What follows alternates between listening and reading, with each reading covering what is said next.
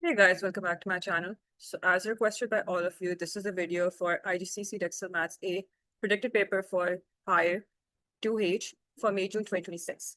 In this video, I have discussed every single topic with a question which has a very high potential of coming in paper 2. All of these are the topics that did not come in paper 1. There are some repeated topics like indices and algebra along with trigonometry, but everything else did not come in paper 1. Hence, it has a very high chance of coming in paper 2. Obviously, everything might not come, but then again, we need to make sure that we get a good grade overall. So paper 2 is our only chance to log that grade. And I've selected difficult questions for each topic so that if an easy question comes, you can easily solve it without getting intimidated. So let's start with this.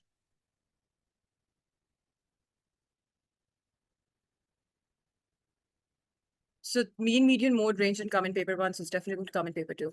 So you can get a question like this, where it says that here are some integers where A is less than B is less than C, and C is less than D. So they've arranged these in order, starting with the smallest. The mode of the integers is 9, median of the integers is 8, and range of the integers is 4. We have to work out the value of A, B, C, and D. So for this type of question, you need to know what mean, median, mode, and range stand for. Mode is your highest frequency. So highest frequency means the number that is occurring the most. Median is your middle value. And range is your difference between the max and minimum value. So they're saying that median is 8. So if you notice, two middle values are C and D. So C plus D divided by 2 equals to 8. So which means 8 is in the middle of C and D because that is the middle value. So if 9 is the mode, 9 will come after 8, which means D is going to be 9 because 9 is the number that occurs the most. So if D is 9, C is going to be C plus 9 over 2 equals to 8. C plus 9 equals to 16. C equals to 16 minus 9, which is 7. So C is 7. D is 9. Now for A and B, the range is 4. So D minus A equals to 4. Why? Because D is your max and A is your minimum number. So D is 9. 9 minus A is 4. So A is going to be 5. Now we're left with B. So what we can do is, if A is 5, this is B, then C is 7, and D is 9. So that automatically means that B is going to be 6 because again, they're arranged in ascending order. So these are your values of A, B, C, and D. So you'll get a question similar to this, and it's going to be very easy to solve. All you need to know is the difference between mode, median, and range. If you don't, then you will end up getting no marks in this question. Then estimated mean. It didn't come in paper 1, so it's definitely going to come in paper 2. So the table shows information about the length of time in minutes 120 customers spent in a supermarket. We have to write down the model class. So model class is your, again, highest frequency value. Highest frequency value is 40. So this will be your model class. Because they want the model class, they don't want to know what is the highest frequency. So that is going to be L is less than equal to 60, but greater than 50. That's the model class. Then work out an estimate for the mean length of time spent by 120 customers in the supermarket. So for this, what you do is you make another column, which is going to be the midpoint of your intervals. So midpoint of 20 and 30 is 25. Midpoint of 30 and 40 is 35. Midpoint of 40 and 50 is 45. Midpoint of 15 and 60 is 55. And that of 1670 is 65. In the next column, you multiply your frequency value and your midpoint value. So we do 6 times 25. Then we do 26 times 35. 31 times 45. 40 times 55. And then 17 times 65. Put them in the calculator. And what we get is 150 for the first one. 910 for the second one. 1,395 for the third one. Then 2,200. And then 1,105. So now mean is going to be your sum of F times midpoint. So basically the sum of these values. divided by sum of frequency, which is 120. So 150 plus 910 plus 1,395 plus 2,200 plus 1,105 divided by 120. Put this in the calculator. So 150 plus 910 plus 1,395 plus 2,200 plus 1,105 divided by 120. 48. So 48 is the mean length of time spent by 120 customers in the supermarket. So very scoring question. I think it's 5 marks in total. Easy 5 marks. Moderate class is the class interval which has the highest frequency. Then for the mean length, you will first find the midpoint of the intervals, and then you will times it by the corresponding frequencies. Once you have those values, you add them up and divide it by the total frequency, which in most cases given the question. If it's not, you just add up your frequency values. That's it. Then ratios. Ratios didn't come in paper 1, so it's definitely going to come in paper 2. So in this question says, Andres, Ayla, Paolo share some money in the ratio 3:2:5. The total amount of money that Ayla and Paolo receive is 76 more than the amount of money that Andres receives. Andres buys a video game for 48.50 pounds with some of his share of the money. Work out how much money Andres has left from his share of the money once he has bought the video game. So first we need to find the individual shares. In a ratio question, what you need to do is you need to use your ratio to create fractions for all the people involved and then use that to find the individual shares. So we know for Andreas, the number assigned is 3 in the ratio. So 3 over sum of all the values in the ratio. 3 plus 2 is 5, 5 plus 5 is 10. Then for Ayla, it's going to be 2 out of 10. And for Paolo, it's going to be 5 out of 10. Now we don't know the total amount, so we're going to assume that total is X. So 3/10 of X is Andreas, 2/10 of X is Ayla, and 5/10 of X is Paolo. The total amount of money that Ayla and Paolo receive, so 2/10 of X plus 5/10 of X is 76 pounds more than the amount Andreas receives. So 76 plus 3/10 of X. I'm just translating the second statement into an equation. The total amount of money Ayla and Paolo receive, so 2/10 of X plus 5/10 of X is, so that means equal to 76 pounds more than the amount of money that Andres receives, which means 76 plus the amount Andres has, which is 3/10 of X. Now we're going to solve this equation to find the value of X, which will help us in finding the amount Andres receives. And then we minus that from the amount spent on the video game to see how much he has left. So 2X plus 5X over 10 minus 3/10 of X equals to 76. So 2 plus 5 is 7. 7 minus 3 is 4X over 10. Simplify this. 2/5 of X equals to 76.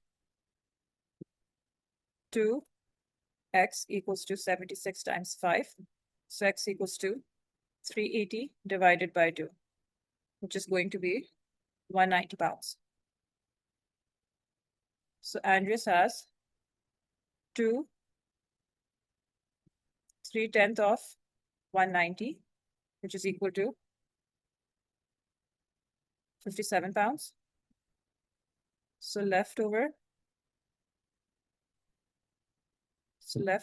is going to be 57 minus 48.50, which equals 8.5 pounds. So that is the amount that is left over from Andrews' share. So very simple. Just remember that you have to use your ratio to create fractions. In the denominator, it will be sum of all the values in the ratio, and the numerator, it will be the value assigned to that person in the ratio. Then you can get a question on volume or surface area. They can give you a 3D shape and they can ask you to find its volume or surface area. In this one, it says a diagram shows a solid cylinder with radius 3 meters. The volume of the cylinder is 72 pi meter cube. We have to calculate the total surface area of the cylinder, giving the answer correct to 3 significant figures. So in your formula sheet, they have already given us the formula for the volume of a cylinder and curved surface area of cylinder. So using the volume formula, you can figure out the height of the cylinder because that's not given. And then once we have the height, we can figure out the total surface area by adding the area of the circular top and the base and the curved surface area, which is given in the formula sheet. So volume is pi r square h. So 72 pi is pi times 3 square h. 72 divided by 9 is h, and that's 8. So 8 meters is your height. Total surface area is going to be 2 pi r square because we have two circular bases. Area of circle is pi r square. So for two circles, it's 2 pi r square plus 2 pi r h, which is the curved surface area formula, and that's given in the formula sheet. So 2 pi times 3 squared plus 2 pi times 3 times 8. 9 times 2 is 18 pi, and 6 times 8 is 48 pi. That's going to be 66 pi. They want the answer correct to three significant figures. That's going to be 207 meters squared. That's your total surface area of the cylinder. So again, very simple. You just need to use the formula sheet and look at your shape clearly and identify how you can find the total surface area. What are the other, surfaces of the 3D shape, and how you can find the area to find the total surface area of the shape. Then use your ruler and compasses to construct the bisector of angle BAC. So you can either get the angle bisector or the perpendicular bisector. In this paper, I've included both of them. So in case either of them comes, you know how to make it, because these are like easy 2 marks. Easy 2 marks. This can easily change your grade if you get this right. So for this, I'm going to move to a different website and explain how to draw this on that. So let's draw our lines first. So what you'll do is, let me just draw roughly 2 lines. So this is one line and the other is shorter than this.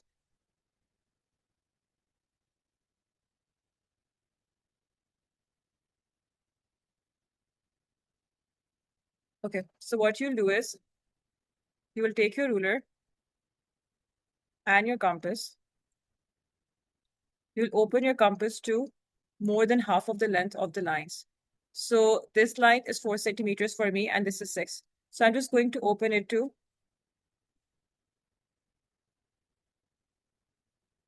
3.5. Okay. I put it over here, and I draw an arc over here and here. So this is my arc.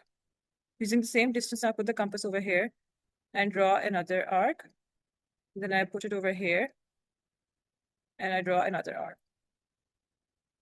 So your intersection of the two arcs is going to be connected with a ruler to the center of the lines.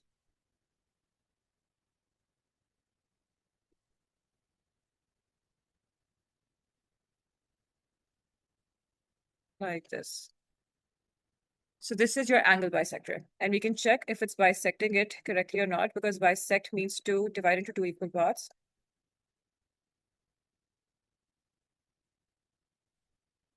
So we can see that the total angle is 52, I think, and this is 26. So 26 plus 26 is 52. So this is your angle bisector. To make sure that your angle bisector is correct, you will just take your protractor and measure the complete angle and see if the line that is passing through the arcs and this point over here, is it dividing the angle into two equal parts or not? If it is, then you're getting your 2 marks. If it's not, then it's incorrect. So very easy 2 marks, just follow these steps. You can easily score marks in this question. Then moving on to the next thing, perpendicular bisector. So now I'll show you how to draw a perpendicular bisector. Perpendicular bisector, what we're going to do is we're going to first draw a line. Let's say the DE line that's given, that is 6 centimeters, okay? Let's say. Now what you'll do is you'll take your compass, put it at the end over here of the line, and open it to more than half of the line. So if the line is 6 centimeters, half of the line is 3 centimeters. So you can open it to 3.5 centimeters. Then what you'll do is you'll draw an arc like this, and then repeat the same steps from the other end of the line and draw another arc like this. You don't need to draw full circle, just like an arc's halfly drawn are correct, as long as the two arcs are intersecting. Once you've done that, now we're going to see that this half of the line is right in the middle of the intersection of the arcs, which means that it's correctly bisecting the line. A perpendicular bisector means that it's a line that's drawn perpendicular to another line, and it's dividing the line into two equal parts. So this line is going to be drawn, which is going to pass through the intersection of the arcs, and it's going to equally divide the line into two equal parts. Let's just put this. Yep, this is our line. So that is your perpendicular bisector. So you can easily score these 2 marks if you get this right. There's no calculation, nothing. You don't need to memorize a formula. You just need to draw these arcs. You need to use a ruler, compass, and a protractor. If you're not using them, then it's going to be incorrect. Product of prime factors. This didn't come in paper 1, so it can easily come in paper 2. So we have to write 600 as a product of powers of its prime factors. So we prime factorize 600. You can use a factor tree. That's the easiest thing. 600 is 6 times 100. 6 is 3 times 2. Since 3 and 2 are prime numbers, so we cannot further break them down. 100 is 25 times 4. You can use any set of factors. You can use 10 times 10 as well. 50 times 2, 20 times 5, anything. 25 is 5 times 5. 4 is 2 times 2. Again, 5 and 2 are also prime numbers, so we cannot further break these down. So 600 is basically, we have 3 2's. So 2 cube times 1 3 times 2 5. So 5 square. This is 600 as a product of powers of its prime factors. You just have to write the number in its prime factor form. And if the number is being repeated like it is over here, we have 3 2's and 2 5's. We just write it as an index. You don't write it as 2 times 2 times 2 times 3 times 5 times 5. That's not what they want. They will give you full 3 marks if you write it as an index. Then it says find the lowest common multiple of A and B, giving your answer as a product of powers of prime numbers. So lowest common multiple of anything is very easy to find. 2 things.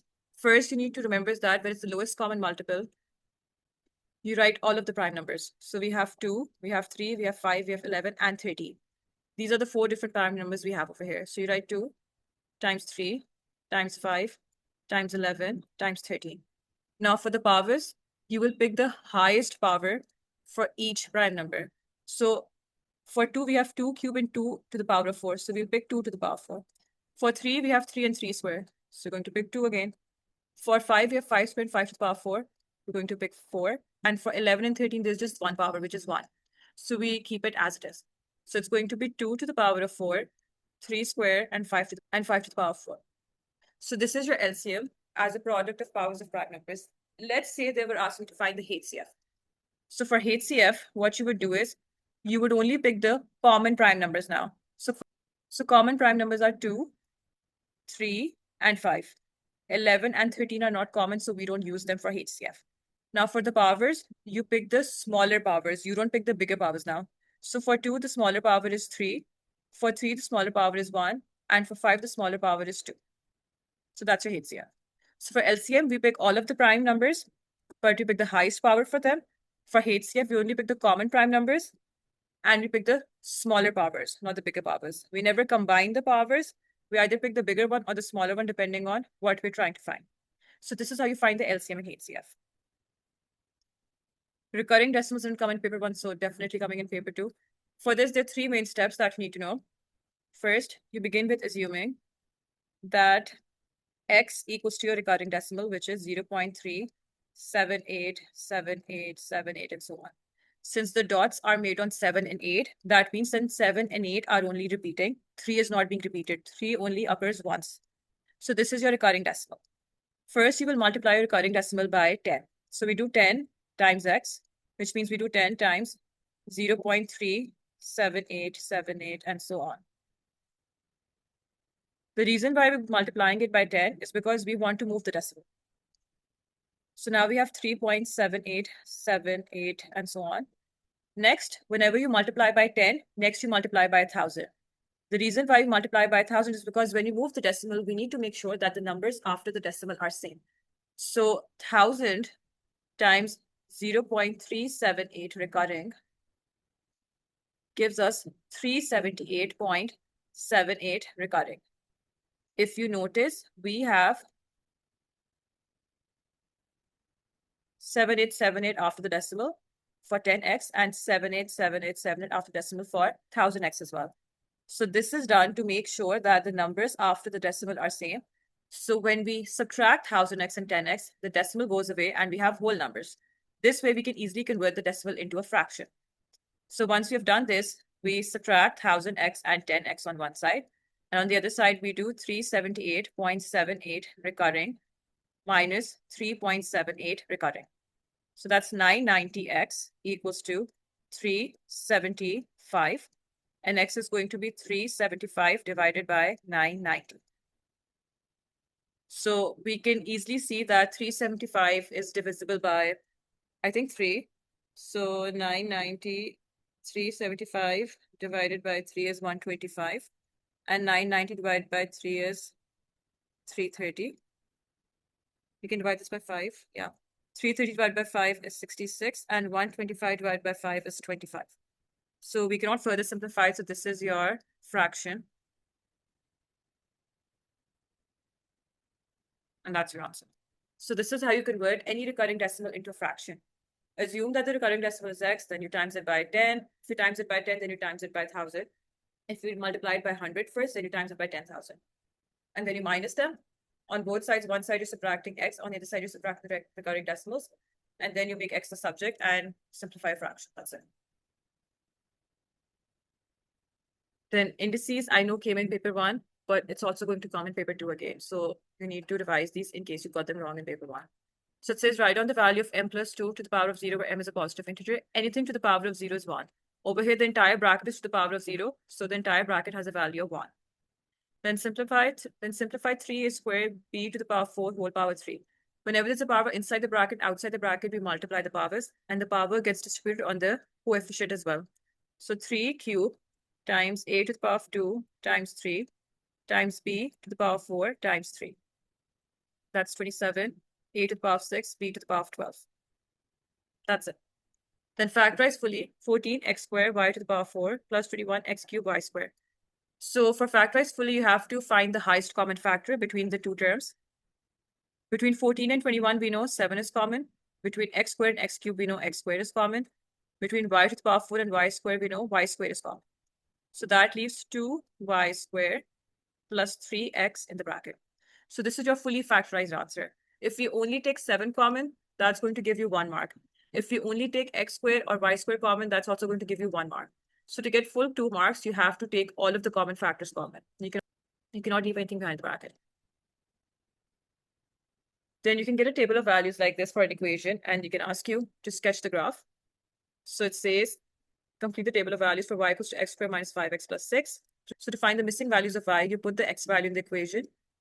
So at x equals to 1, y squared minus 5 times 1 plus 6, 1 minus 5 plus 6, and that is going to be 2.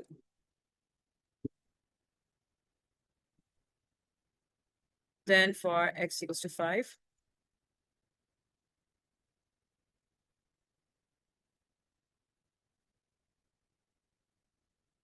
that is 6. So we have the complete table now. Now we plot these on the grid. So x is 0, y is 6, that's over here. X is 1, y is 2. X is 2, y is 0. X is 3, y is 0. X is 4, y is 2. X is 5, and y is 6. So now we plot this.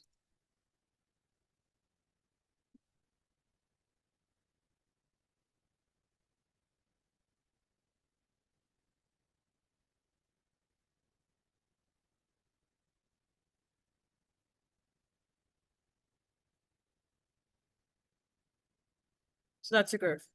By drawing a suitable straight line on the grid, find estimates for the solutions of the equation x squared minus 5x equals to x minus 7. So now what we're going to do is we're going to compare the original equation with the new one. So originally we have x squared minus 5x plus 6. So if we move this to the other side, we have x squared minus 5x minus x plus 7 equals to 0. So the new thing included over here is this, and this 6 is becoming a 7, which means it's plus 6 plus 1. So if we rewrite this equation, it's basically x squared minus 5x plus 6 minus x plus 1 equals to 0. So if we move the negative x plus 1 to the other side, it's going to be x minus 1. So the equation of the curve, which is x squared minus 5x plus 6, is equal to x minus 1. So this is the equation of the straight line, which we will sketch on the curve, which we will sketch on the grid, and then we find the intersection between the two for the solutions. So for that, we have y equals to x minus 1. So at x equals to 0, y is going to be negative 1. So let's plot that point over here. X equals to 0, y negative 1. And then at y 0, x is going to be positive 1. So that's over here. So I'm going to connect these with a straight line. I'm going to try my best to make a straight. So let's say this is a straight line. I'm drawing this freehand, so it might be a bit inaccurate.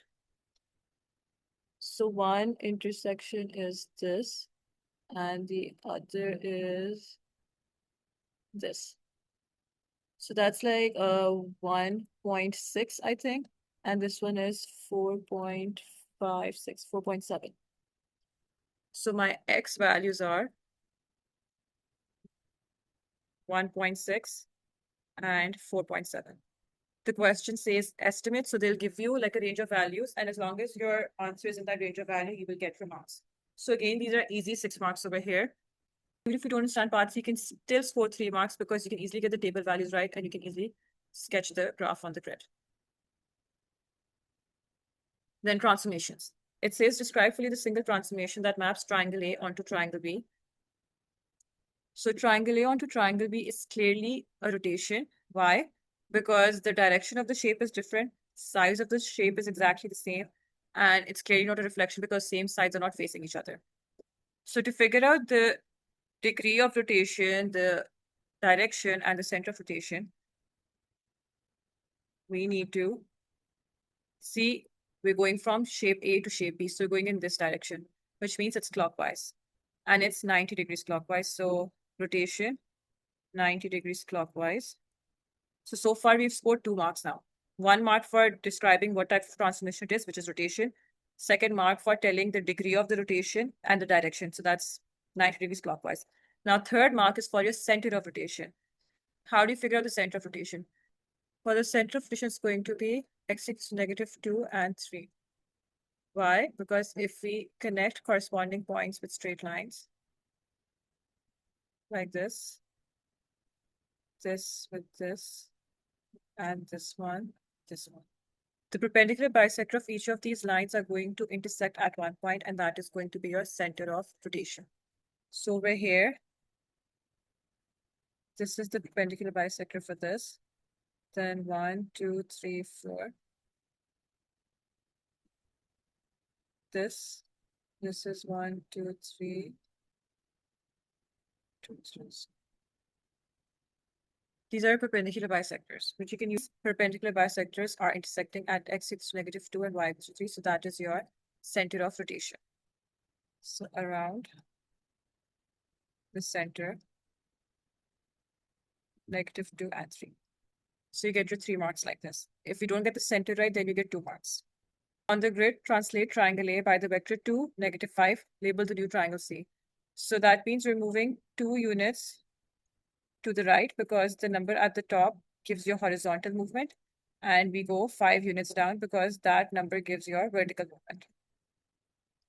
So if the number on the top is positive, you go to the right. If the number on the top is negative, you go to the left. And the number at the bottom is positive, you go up. And if it's negative, you go down. So A is going 2 units to the right. So 1, 2, and then 5 down. 1, 2, 3, 4, 5. This point is over here. This point is going to be 2 to the right, and then 5 down. And this one is 2 to the right and 5 down. So that's over here. That is your shape C. 2 units to the right and 5 units down.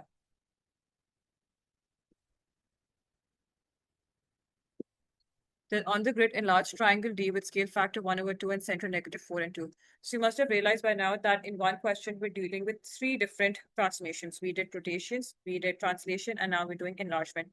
The only thing missing from this question is reflection. So Scale factor is 1 over 2 and center is -4, so that is already given over here. We just have to draw the enlarged shape. So each dimension is going to be multiplied by 1 over 2. So 1, 2, 3, 4. This will be 4 over here. So now it's going to be 4 times 1 over 2. So that's 2. This is 2. 2 times 1 over 2 is going to be 1. Now, not only the dimensions of triangle D are halved, so is the distance of the shape from this center. So this point is 4 horizontally and 2 vertically. So now it's going to be 2 horizontally and 1 vertically. So that's over here.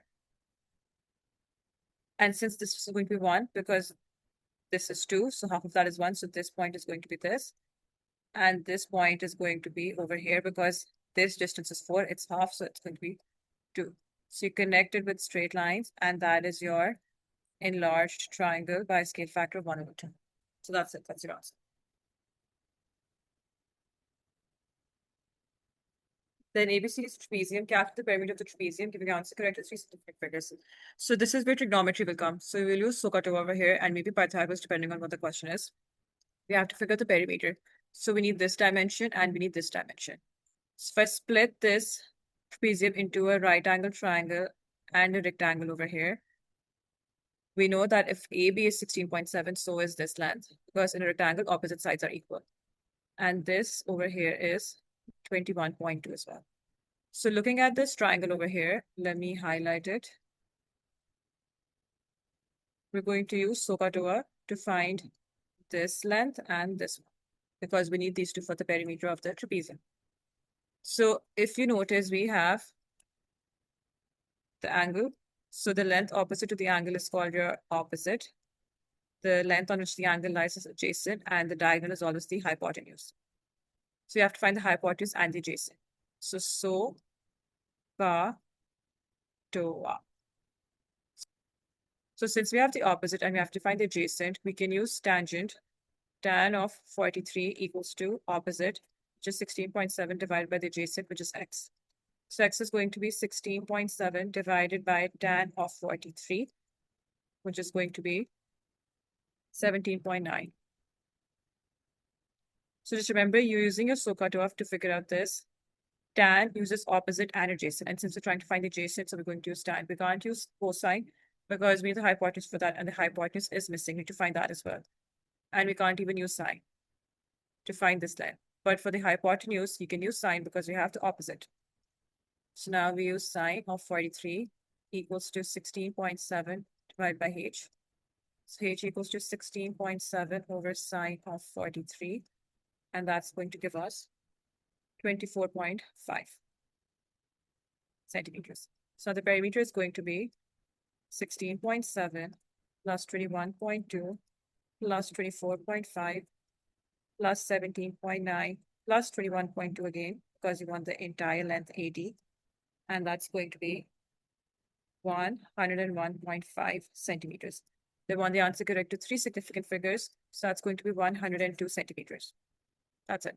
So remember, trigonometry will come in paper 2 again. I know it came in paper 1. It can come in paper 2 again. They always repeat it. So you can get a compound shape like this, and they can ask you to find the missing length or the angle or even area, trapezium, anything. So be prepared for trigonometry in paper 2 as well. Then we have the diagram shows a sector of OBC of a circle with center and radius 6 plus x centimeters. A is the point on OB and D is the point on OC, such that O equals to OD equals to 6 centimeters. Angle BOC is given as 50 degrees. Given that the perimeter of sector OBC is 2 times the perimeter of triangle OAD. Find the value of x. Now, I chose a very difficult question for sectors because maybe they can give you a difficult question. We don't know. Because in the past years, they've given an easy question. So there's a chance you might get a difficult question. But you can also get an easy question, anything. So for sectors, you need to remember the formulas. Formulas for sectors are not going to be given the formula sheets. You need to memorize these formulas. And as you know, I've already created a formula sheet in which the formulas are given that you need to memorize. So the link is mentioned in the description below. Go check that out and memorize those formulas. The topics that have already come in paper 1, you can leave those formulas and focus on the paper 2 topics. Now, we talk about the perimeter of the sector OBC. Perimeter of sector includes the radius, which is 6 plus x, and this arc length. We need to figure out the value of x in order for us to figure this out. So we know that OA and OD is 6. So we have this part over here. BOC is given as 50. The perimeter of sector OBC is 2 times the perimeter of triangle OAD. So to figure out the perimeter of triangle OAD, we need to figure out the length of AD first. As you can see, we have two lengths and the angle between them. So we can easily use cosine rule to figure out AD. Formula for the cosine rule is mentioned in the formula sheet, so you don't need to memorize that. So we'll do AD squared equals to 6 squared plus 6 squared minus 2 times 6 times cos of 50. That's going to be 36 plus 36 minus 72 cos of 50. That equals to 25.719.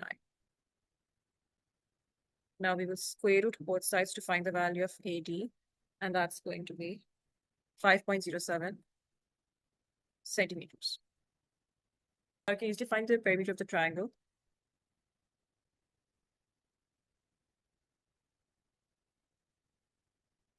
That's going to be 6 plus 6 plus 5.07. That gives us 17.07 centimeters. Now, perimeter of sector OBC is twice of this. So perimeter of sector is going to be 2 times 17.07. That is 34.14. Now, 34.14 is equal to perimeter of the sector. So perimeter of the sector is 6 plus x plus 6 plus x plus the arc length, which is 50 over 360 times 2 pi r. So 6 plus x times 2 plus 50 over 360 times 2 pi, and radius is again 6 plus x. This is what we have. So you're going to solve this to find the value of x. So 12 plus 2x plus, so 50 divided by 360 is 0.138 recurring times 2 times pi 0.8726 times 6 plus x. Minus the 12 from over here, expand the bracket over here, 5.2356 plus 0.8726x. Combine the like terms, 22.14 equals to 2.8726x plus 5.2356 minus these,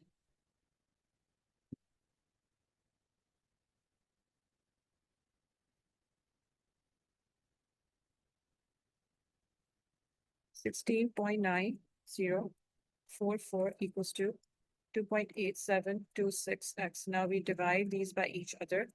I'm keeping 4 decimal places over here because I'm going to round this at the end. So this is divided by 2.8726. That is 5.88 centimeters. That is your value of x. Centimeters, yeah. So that's your answer. Once again, you might get an easy one as well. I specifically chose a hard question in case it comes, you know how to solve it. Main thing is Newton's formulas for this. Then you can get a fractional indices or a negative indices. So when you have a negative power, what you do is you need to make the power positive. For that, we always flip the base. So it's going to be 18 t to the power of 6, w to the power of 10, divided by 9 t to the power of 4, w to the power of 9, whole power positive 2. So first step, flip the fraction. So then your power becomes positive. Now 18 divided by 9 is 2. Whenever you have similar bases being divided, we subtract the powers. So 6 minus 4 for t, and for w it's 10 minus 9, whole power 2. So that's 2t squared w whole power 2. Now everything gets squared in the bracket. So 2 squared times t squared whole square times w squared. So that's basically 4t to the power 4 w squared. Simple as that. Main thing is to make the power positive by flipping the base. When you flip the base, the power will automatically become positive, and then you can just solve it like you normally do with indices. Then cumulative frequency, that's definitely going to come. They can give you a table and they ask you to find the cumulative frequency values first, or they can give you the cumulative frequency values and they can ask you to plot them on the grid and make your curve. Or at times they even give you the curve and they just ask you to find the interquartile range or the median value. They can give you anything. So I chose the one in which includes everything so that in case anything comes, you know how to do it. For the cumulative frequencies, you add your frequency values. First value remains the same. Second is going to be 10 plus 16. That's 26. Then you do 26 plus 44, which is going to be 70. Then we do 70 plus 29, which is 99. Then you do 99 plus 15, which is going to be 114. Then you do 114 plus 6, which is 120. To check if your cumulative frequencies are correct, your last value is the same as the total frequency. If they're the same, then your values are correct and you will get your marks. Then you have to plot these on the grid. So to plot these on the grid, you will take your maximum values of the intervals for the x value, and the y value is going to be your cumulative frequency value. Remember, we take the maximum value over here. We do not take the midpoint for cumulative frequency. Midpoint is only for estimate mean, not for cumulative frequency. So your coordinates are 10, 10. Let me just write them over here. 10, 10. Then we have 20, 26.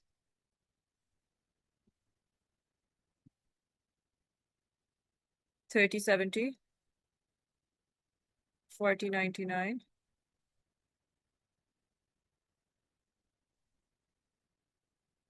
And 51, 14.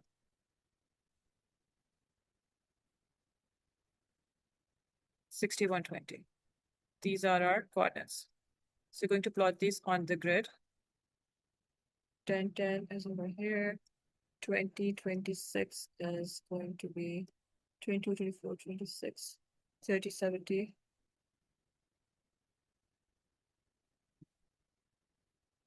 40, 99. 50, 114.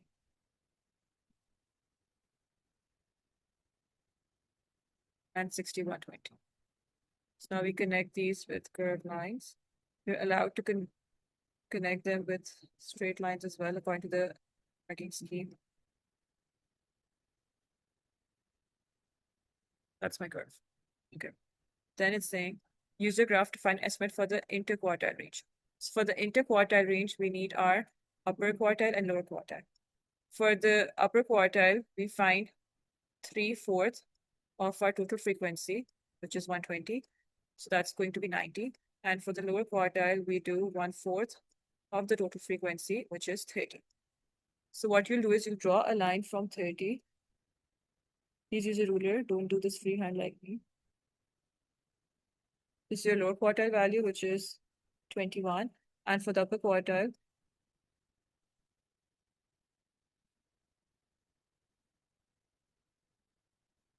I am getting 37. So interquartile range is going to be the difference of your these values, not these ones. 37 minus 21, which is 16. That is your interquartile range. Remember, you will not use 90 and 30. You will not minus them. You will find the corresponding x values from your graph and you will minus those, because look at the answer. It's saying minutes. It's not saying cumulative frequency. This is your biggest indication to use the x-axis values, not the y-axis values, which is a very common mistake everyone makes. Then use your graph to find an estimate for the number of houses that were more than 48 minutes late last Monday. So more than 48 minutes late, what you'll do is you'll draw your line from 48 towards the graph. Again, use a ruler, please.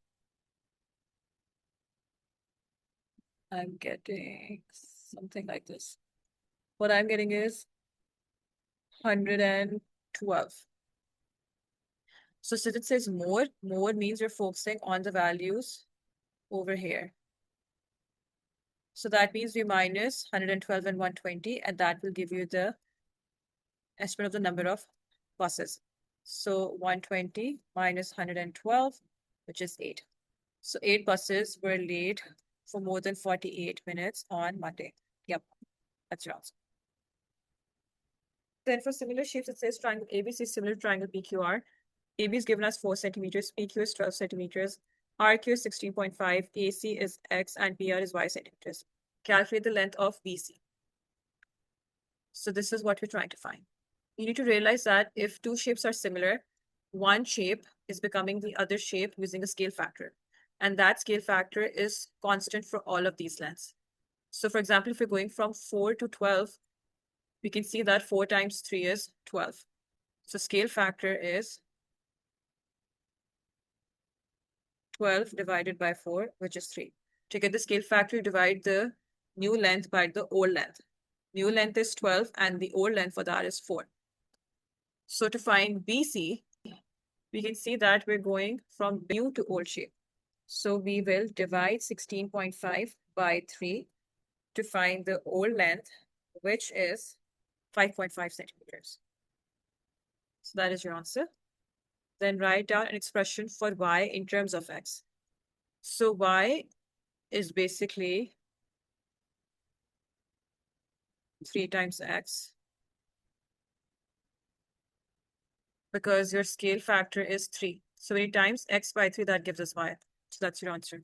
So if you have your scale factor down and it's correct, this question is easy. Nothing complicated about this. Then intersecting chord theorem. So paper 1 did not have this, and the November 2025 paper also did not get a question for this. However, in May, June 2025, I think in paper 1 or 2, I don't remember specifically, but they got a question for intersecting chord theorem. So you can get this because it didn't come in November 2025. Either you get the intersecting chord theorem or the secant theorem. We're not sure which one it is going to be, but it can be either of them. So we're going to go through both of them in this video, so that in case either of them comes, you know how to solve it. So if A, B, C, and D are points in a circle with center O, DB is your diameter of the circle, AC and BD intersect at point B. AB is given as 12, PC is given as 7, and PB is given as 6. We have to work out the area of the circle. So to work out the area of the circle,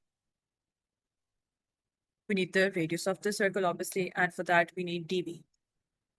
So for this, you need to know how to use the intersecting chord theorem formula. Intersecting chord theorem formula is the bigger part of the length of the chord times the smaller part of the length is equal to the bigger part of the other length times the smaller part of the same length. So in this case, it's going to be dB times PB equals to AP times PC. This is your intersecting chord theorem. This times this is equal to this times this. So dB times 6 equals to 12 times 7. I'm going to find dB first. So that's 12 times 7 over 6, which is 14 centimeters. So now dB is going to be dP plus PB. So 14 plus 6, and that's 20 centimeters. dB is your diameter, which means radius is going to be half of this, and that's 10 centimeters. So once we have that down, we can easily find the area. Pi times 10 squared. Area of a circle is pi r squared. You need to memorize that formula because, again, that's not going to be given the formula sheet. So 100 times pi is 314.15. They want the answer correct in 3 significant figures, so that's 314 centimeters squared. That's the answer. So again, memorize this thing, that the one part of the chord times the other part of the chord is equal to the same for the other chord. You're multiplying the parts of a same chord and putting it equal to the product of the other parts of the chord.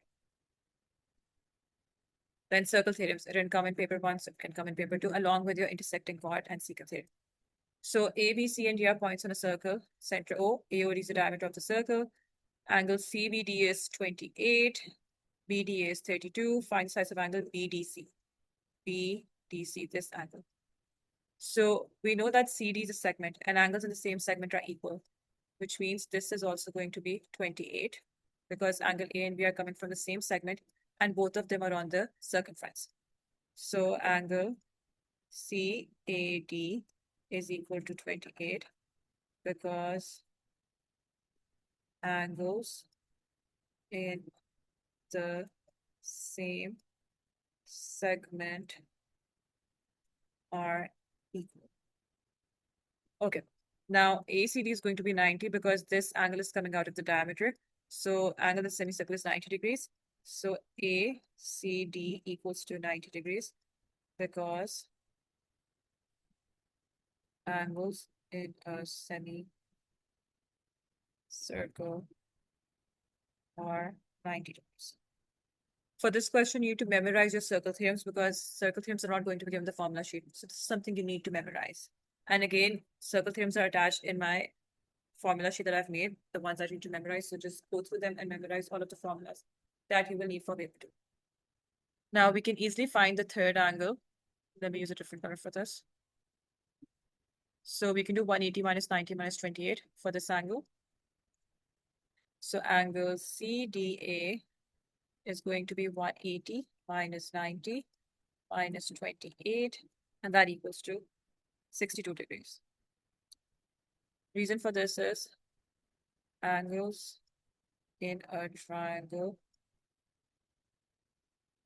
add up to 180 degrees. Now to find the angle BDC, we will do 62 minus the other angle, which is 32, and that's 30 degrees. That's your answer. So this is your final angle, BDC. And you have to write the reasons for each stage because if you don't, you will not get full marks. Each angle will have a reason. So 1 mark for this, 1 mark for this, 1 mark for this, and 1 mark for this. That's how you solve it. Then we have intersecting secant theorem. So for this, we have a different formula. For intersecting secant theorem, what we do is we will multiply the entire length of the secant with the part that's outside the circle.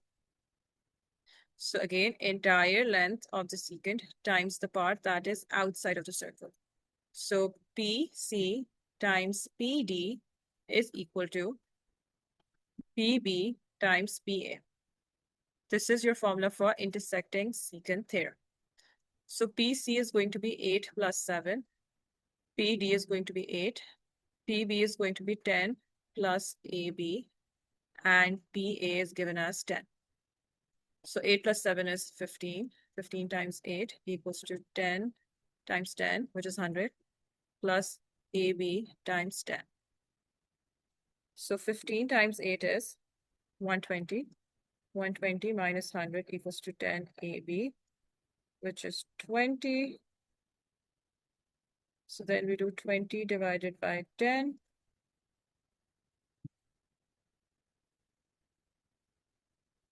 Is 2. So 2 centimeters is the length of AB. So again, the entire secant times the part that's outside of the circle. So you do that for both of the secants and you put it equal to each other and then you find your unknown value. So the questions are actually pretty easy to solve if you know the main formula, and 3 marks for this, and that one was also for 3 marks.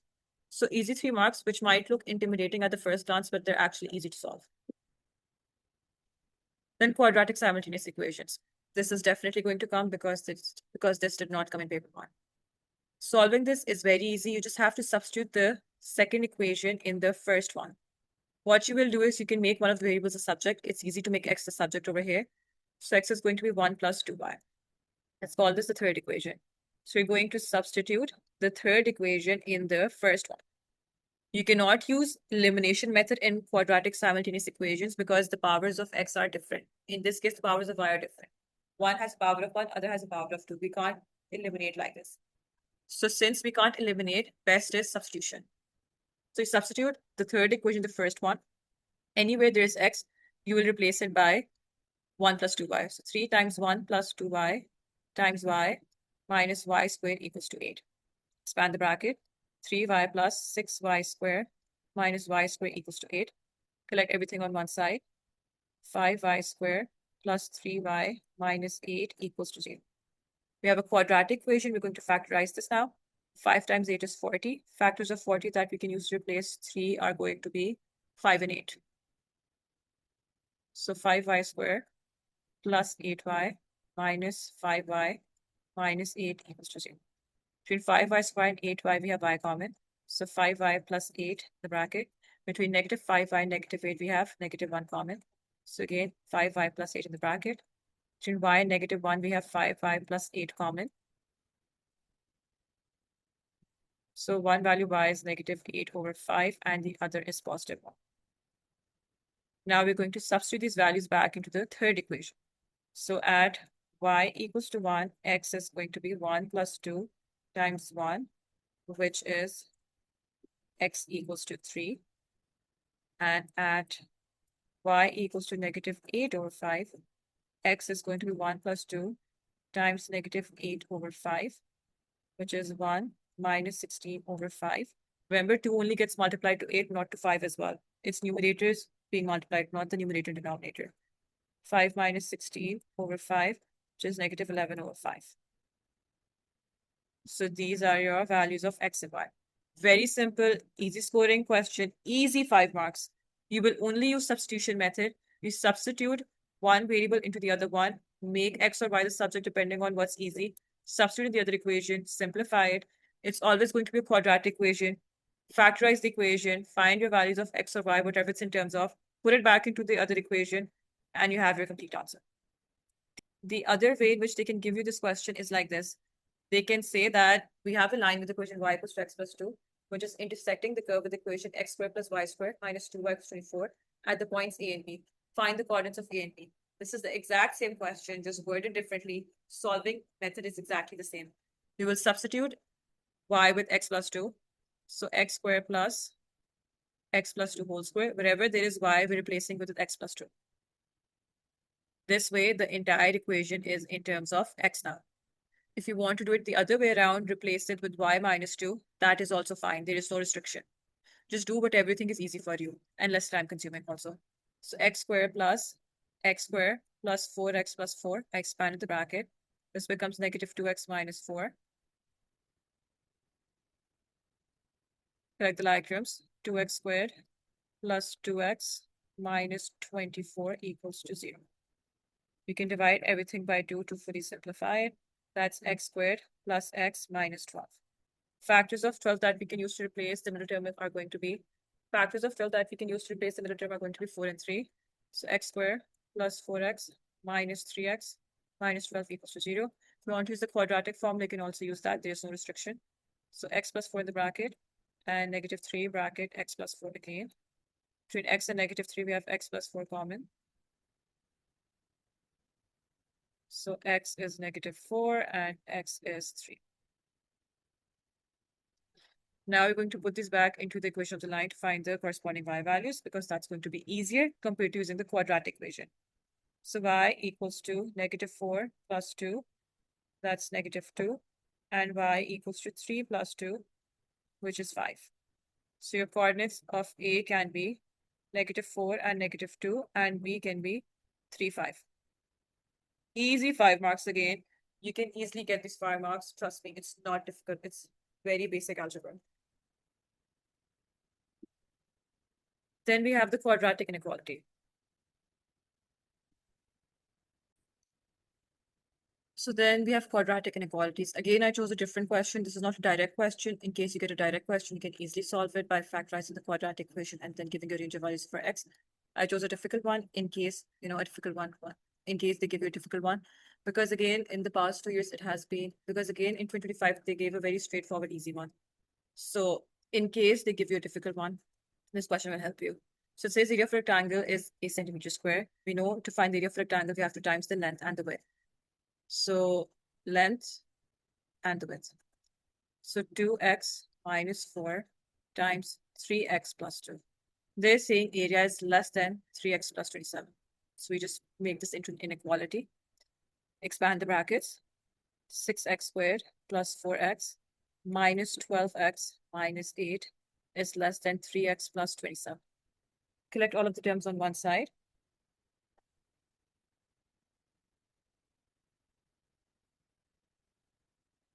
Select the like terms.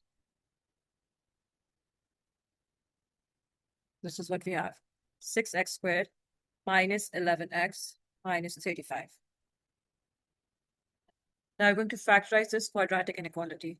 We know 6 times 35 is going to be 210. Factors of 210 that we can use to replace 11 are 21 and 10, because 21 minus 10 is 11. So 6x squared minus 21x plus 10x minus 35 is less than 0. Between 6x squared and negative 21x, we have 3x common. So 2x minus 7 goes in the bracket. Between 10x and 35, we have plus 5 common. So again, 2x minus 7 goes in the bracket. So 2x minus 7 times 3x plus 5 is less than 0.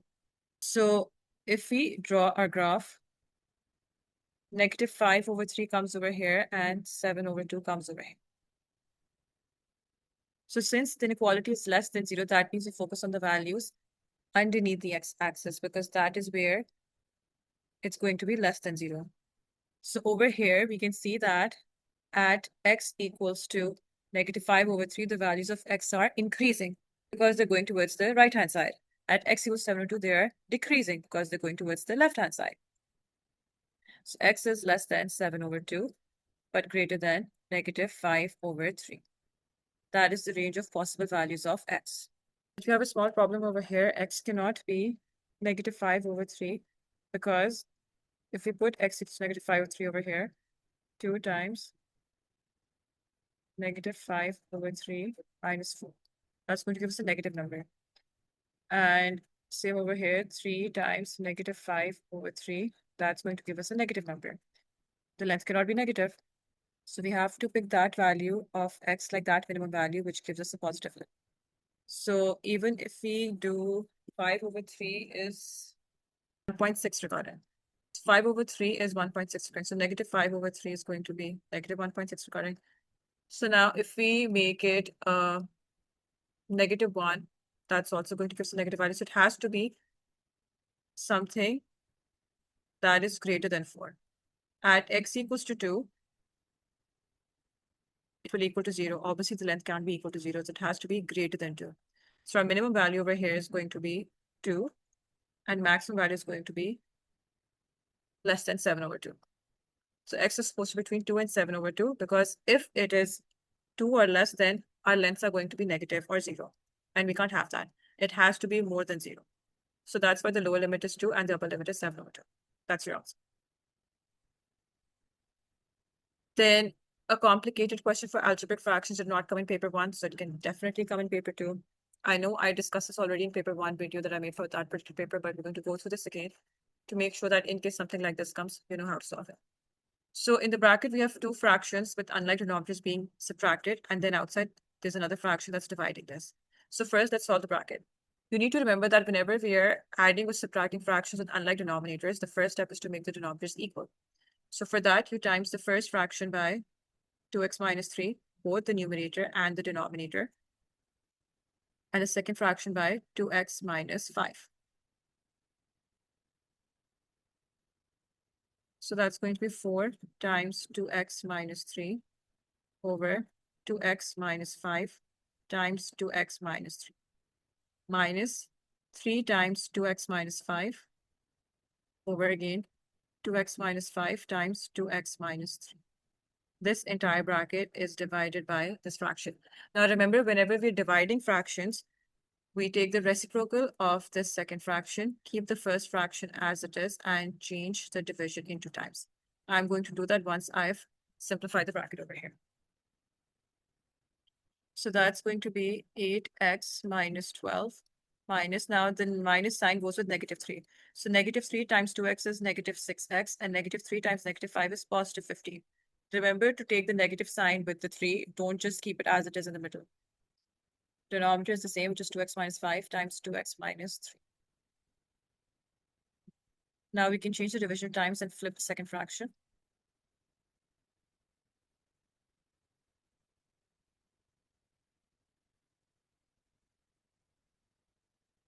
Select the like terms. 8x minus 6x is 2x. Negative 12 plus 15 is plus 3. As you can see, we have a 2x minus 3 over and 2x plus 3 over here. So we cannot simplify and cancel out the bracket. Now for the second fraction, we're going to simplify the numerator and denominator because there's a quadratic equation, both of them.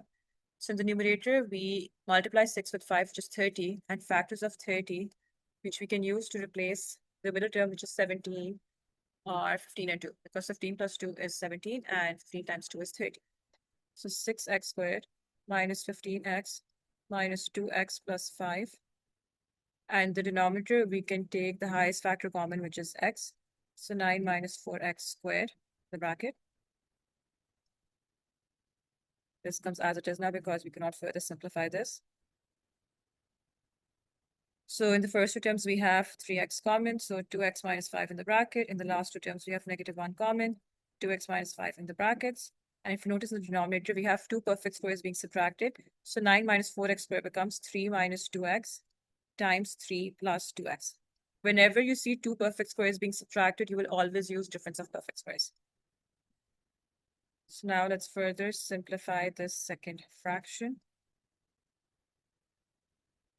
So 2x minus 5 times 3x minus 1 divided by x times 3 minus 2x times 3 plus 2x.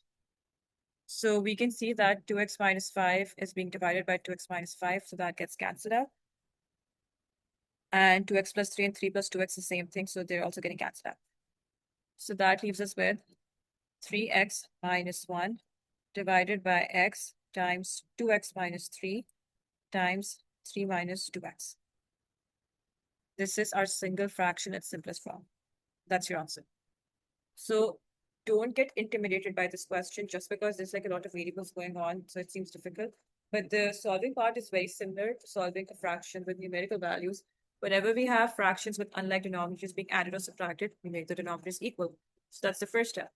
Once we have simplified that fraction, then we look at the other thing. We're divided by another fraction. So when a fraction is divided by the fraction, we keep the first fraction as it is, change the division times, and flip the second fraction. Then we factorize it because we have a quadratic equation, the numerator and denominator. So once you factorize those, we simplify the fractions diagonally and vertically. And once nothing can be simplified, we multiply the numerator with the numerator and denominator with the denominator. Then similar shapes with surface area and volume definitely going to come. You're lucky that in May, June 2025, they gave a difficult and complicated one, so yours will probably be easy, it won't be hard. So it says that A and B are two similar bases. The bases are such that surface area of base B is 25/64 times surface area of base A. Volume of base A minus volume of base B is 541.8 centimeter cube. Calculate the volume of base B. So surface area of B divided by surface area of A is 25/64. I just took this to this side, so it's going to be divided. We know that in similar shapes, area of anything divided by area of the other shape equals to the scale factor being square, just length of A over length of B. So if we square root this, that would give us the scale factor, which is 5/8. So this is your length of B and this is your length of A. So we can easily use this to create an equation for the volume. Volume of B over volume of A is going to be 5/8 being cubed. Because for area, ratio of area is equal to the square of the ratio of lengths. And for volume, the ratio of volume is equal to the cube of the ratio of lengths. So 5/8 cube, that's going to be 125/512. So we have to find the volume of base B. So what I'm going to do is I'm going to make an equation in terms of base B. So 512 times base B over 125 equals to base A. Substitute this into this. Then the entire equation will be in terms of base B, and then we don't have to do an extra step later. So 512 of base B over 125 minus base B equals to 541.8. So we make the denominators equal by multiplying the second term, which is base B, by 125, both the numerator and denominator. So this is what we have. Cross multiply. So 512 minus 125. That's 387 over 125. Base B over here. Now we cross multiply. So base B is going to be 541.8 times 125 divided by 387. Plug this in the calculator and what we get is 175. So 175 centimeter cube is your volume of base B. So again, this is again a scoring question. You just need to remember that for normal similar shapes, the ratio of lengths are equal, which is basically a scale factor. For 3D shapes, your ratio of surface area is equal to the square of the ratio of lengths, which is your square of the scale factor. And for volume, the ratio of volume is equal to the cube of the scale factor or your ratio of lengths. Again, go back to the formula sheet that I've given you. I've explained using formulas in that as well. So you can just memorize those formulas in case you don't understand this right now. Then we have percentage profit. Josh buys and sells books for a living. He buys 120 books for £4 each. He sells half of the books for £5 each. He sells 40% of the books for £7 each, and he sells the rest of the books for £8 each. Calculate his percentage profit. So total cost is going to be 120 times 4, which is £480. He sells half of the books for £5. So half of 120 is 60. So we do 60 times 5, which is £300. 40% of the books. So 40% of 120, that's going to be 48 books. Let me write books over here. So 48 times 7, that's going to be £336. So rest of the books.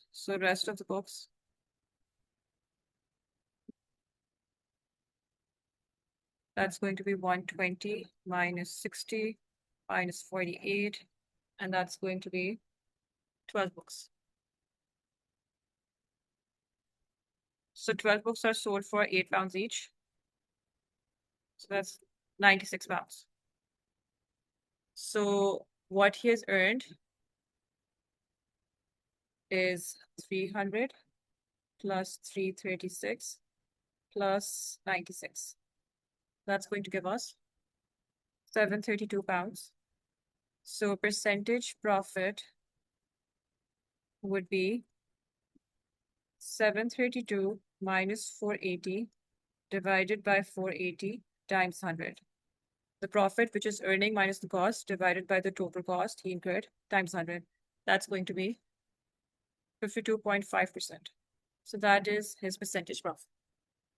So remember, profit is earnings minus the cost. And if we talk about percentage profit, earnings minus cost divided by the cost times 100. Then Gladys has a sale in her shop. She decreases all normal prices by 12%. The normal price of an armchair was $550. Work out the sale price of the armchair. So if they drop by 12%, that means we need to find 88% of the normal price. Because the sale price is 88% of it. We're dropping the price by 12%. So 100 minus 12 is 88. So we just find 550 times 88 over 100, which is going to give us, that's $484. So that is your sale price. The other way you can get this question is that they can give you the sale price and they can ask you to find the normal price. In that case, you will divide your sale price by the percentage. In this case, you times it by the percentage. That's the difference. Then we have bearings. It says the diagram shows the position of 3 ships A, B, and C. Ship B is due north of ship A. The bearing of ship C from ship A is 120 degrees. Calculate the bearing of ship C from ship B, giving answer correct to 3, giving answer correct to the nearest degree. Bearing of ship C from B. So this is what we need to find. This is the bearing of ship C from B. You always measure the bearing from the north of the point in clockwise direction till the line that is connecting the 2 points. So first, what we can do is we need to find the length of BC, because once we have that, we can find the missing angles, and that can easily help us in finding the bearing of ship C from B. So once again, we have 2 lengths and the angle between them, which means we will use cosine rule to find the third length.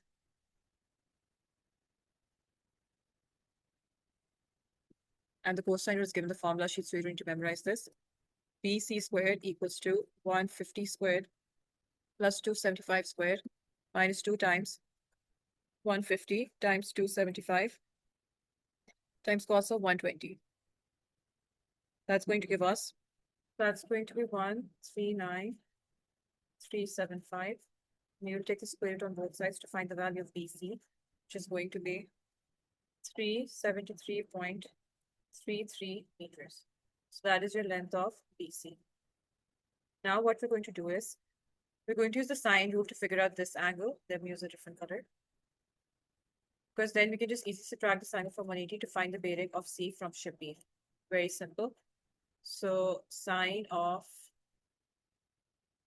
we'll do 373.33 divided by sine of 120 equals to 275, because we want to find the angle opposite 275, divided by sine of B. So sine of B equals to 275 times sine of 120 divided by 373.33. Sine rule is used when you have one complete pair of angle and length. So over here, once we found this length, we had one complete pair of angle and length. Opposite angle, opposite length are a pair. So once we have that, we can easily use 275 to figure out the opposite angle, which is what we need to figure out the bearing. So put this in the calculator, what we get is 0.6379. Then we take sine inverse of that.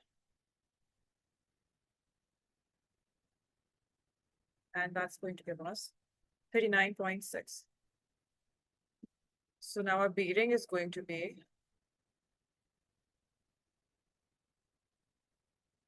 180 minus 39.6, and that gives us 140.4 degrees. We want the answer correct to the nearest degree, which is going to be 140 degrees. That's your bearing. So this was how many marks? 5 marks, and these were easy 5 marks. You figure out the length of BC first, then you figure out this angle, because they want the bearing of ship C from B. So that's just this angle over here. So once we have this angle, we can divide by 180, because A and B are north of each other. So it's a straight horizontal line. So you easily subtract it from 180 and we have the bearing. Then in this question, you need to know what are the different types of, graphs for each equation. So this is your quadratic curve, but with negative x squared. This is your quadratic curve with positive x squared. This is your cubic graph, y equals to positive x cubed. This is your y equals to negative x cubed. This one is your rational function where it's negative. Over here, it's positive. So for this, you just need to memorize these different types of graphs and what they are, because otherwise there's no calculation to this. So y equals to negative 2 over x is going to be graph B. Y equals to 5 minus x squared, that's going to be graph A, because x squared is negative. Y equals to negative 2x cubed is your graph F, because it's negative cubic, and that's it. So these 3 easy marks can be scored if you know what each type of graph looks like. They can give you a trigonometric graph, they can give you these graphs, like any of these. So you just need to identify which type is which. Then transformation of trigonometric graphs. For this, the equation says the graph of y equals to a sine x plus b is drawn on the grid. Find the value of a and b. So to find the value of a, what you will do is you identify your maximum value, which is 3.5. You identify your minimum value, which is negative 2.5. So a is going to be the difference of these two. So 3.5 minus negative 2.5, and then divided by 2. That's going to give us 3. Because if I draw a line over here, right in the middle of the graph, we can see that this is 0.5. So this distance is 3. 3 is your amplitude of your wave. So that is your value of A. Then for value of B, that's your vertical translation in this case, because we're adding that to the Y value. So we can see that the graph moved 0.5 units up, because normally it starts at 0. Now it's starting at 0.5, which means B is going to be 0.5, because that is your vertical translation. So that's how you do this. If you're someone who struggles with understanding transformation of trigonometric graphs, I'm attaching a link above for a video that I've made separately on this using past paper questions, so you can go through that to understand it in better detail. Then you can get a cost function where the graph of y equals to a cos of x plus b for x is between 0 and 360 is drawn on the grid below. Given that a is greater than 0 and b is from 0 to 360, find the value of a and b. So normally your costs graph looks like this. Maximum value is 1, minimum value is -1. This is 90, this is 270, this is 360, and this is 180. So we can clearly see that this is your original graph like this. This is it. This would be over here at -90. So we can see that the graph has shifted towards this side because complete graph is over here. So it's shifted 90 units to the left-hand side, which means B is going to be 90 degrees. Whenever shifting towards the left-hand side, that means we're adding that many units to the X value. If we're moving the graph to the right-hand side, that means we're subtracting that many units from the X value. So since we went to the left and we went to the left by 90 degrees, so we're adding 90 degrees to B. So B is 90. Now for A, that's a scale factor. We can see that originally the maximum value of cos is 1. Now the maximum value is 2. So that means we're multiplying the graph by 2. So A is going to be 2. That's your answer. No major calculation for this. You just need to identify what your basic sine and cos graph looks like. And then you can see, and then you compare it with the graph given the question and see how it's been transformed. What has happened? Is there a horizontal movement? Is there a vertical movement? Is there a scale factor? Is there a scale factor? Is there a reflection? What is happening? You need to figure those out by comparing your original graph with the graph given the question. Then factorizing quadratic equations. This did not come in paper 1, so definitely coming in paper 2. We multiply the quotient of x squared with the constant, so that's 1 times 48, which is 48. We need to find factors of 48 now. That is 6 and 2. We have 24 times 2, 48 times 1, and 12 times 4, even 3 times something, 3 times 16. I think these are all of the factors.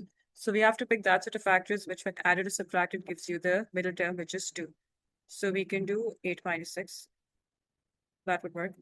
So x squared plus 8x minus 6x minus 48. First two terms we have x common, so x plus 8 in the bracket. Last two terms have -6 common. Again, x plus 8 in the bracket. Between x and -6, we have x plus 8 common. So this is your factorized answer. They're saying factorize, so you factorize it. You give it as brackets, you don't solve it. Part B says now hence solve the equation x squared plus 2x minus 48 equals to 0. So which means x plus 8 times x minus 6 is equal to 0. So one value of x is going to be -8, and the other value of x is going to be +6. That's your answer. These are easy 3 marks that you can score very easily. Then the next question is on coordinate geometry, which can definitely come in paper 2. The one I showed is for a kite. You can get a question that is based on a square, rhombus, or rectangle, either of these. For each shape, you need to know the properties for the shape. Like, for example, if we have a square, the diagonals of a square meet at right angles, and they're crossing at the midpoint of the shape. For a kite, the diagonals meet at right angles, and this vertical diagonal is crossing at the midpoint of the horizontal diagonal. For a rectangle, the diagonals meet at right angles as well. And for a rhombus, your diagonals meet at right angles. And again, they're bisecting the diagonals, like they're bisecting each other. So this question is mostly based on perpendicular lines. Like your diagonals are always perpendicular to each other. So if you have the gradient of one diagonal, you can use that to find the gradient of the other diagonal, and then you can use that to find the equation depending on what the question is asking you to do. So in our question, we have a kite where AB equals to AD and CB equals to CD. So if you have the gradient of one diagonal, you can use that to find A, B, C, D. So AB equals to AD and CB equals to CD. Point A has the coordinates -2 and 10. Point B has the coordinates -3, 7 by 5 and 4. C is 4, -5. We have to find the coordinates of D. So we know that AC is perpendicular to DB because they're at right angle to each other. So what we can do is we can find the gradient of AC first, then use that to find the gradient of DB. Then using the gradient of DB and coordinates of B, we can create an equation of the line, and then use that to figure out the value of D. Or you can even find the midpoint and use that as well. So let's start. So first you find the gradient of AC. That's going to be y2 minus y1 over x2 minus x1. You need to memorize this formula because this is not going to be given the formula sheet. So we're talking about AC. So 10 minus -5 over -2 minus 4. That's going to be 15 over -6, which simplifies to 5 over -2. That is the gradient of AC. Now, when two lines are perpendicular, gradient of line 1 times gradient of line 2 will always equal to -1. This is a fixed condition for perpendicular lines. So 5 over -2 times M2, which is the gradient of line DB, equals to -1. So M2 is going to be -1 times -2 over 5, which is +2 over 5. This is your gradient of line DB.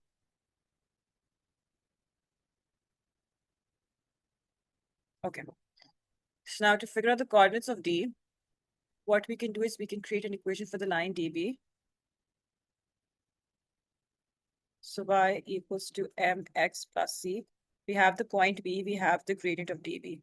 So y is 4 equals to 2 over 5 times -27 over 5 plus c. That's 4 equals to, that's -54 over 25 plus c. Bring the -54, 25 to the other side, so it becomes plus 54 over 25.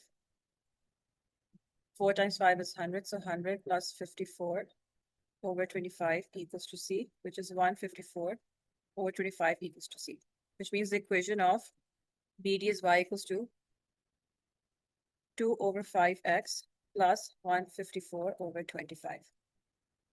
Equation of BD. Now, if we go back to the diagram, BD is intersecting AC at the midpoint of BD. So now we find the equation of AC. We know the gradient, which is -5 over 2. So y equals to mx plus c. We can pick any point from A and C for the equation. If we pick A, that's -2 and 10.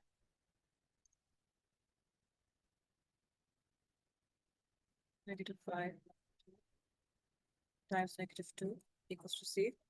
10 equals to 5 plus C. 10 minus 5 is C. 5 equals to C. So y equals to -5 over 2x plus 5. Now, when we intersect this with equation of BD, we find the coordinates of M. So we can put both the equations equal to each other and solve it for x.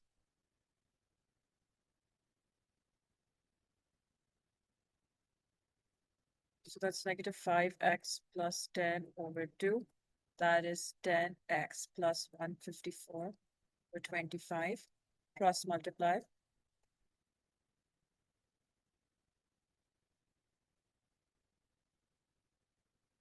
Expand the bracket. -125x plus 250 equals to 20x plus 154 times 2. That's 308. Collect the like terms on each side. So 250 minus 308 equals to 20x plus 125x. -58 equals to 145x. 58 divided by 145, -0.4. That is the coordinate of M. Now y is going to be -5 over 2 times -0.4 plus 5. That's going to be 6. So coordinates of M, which is the midpoint,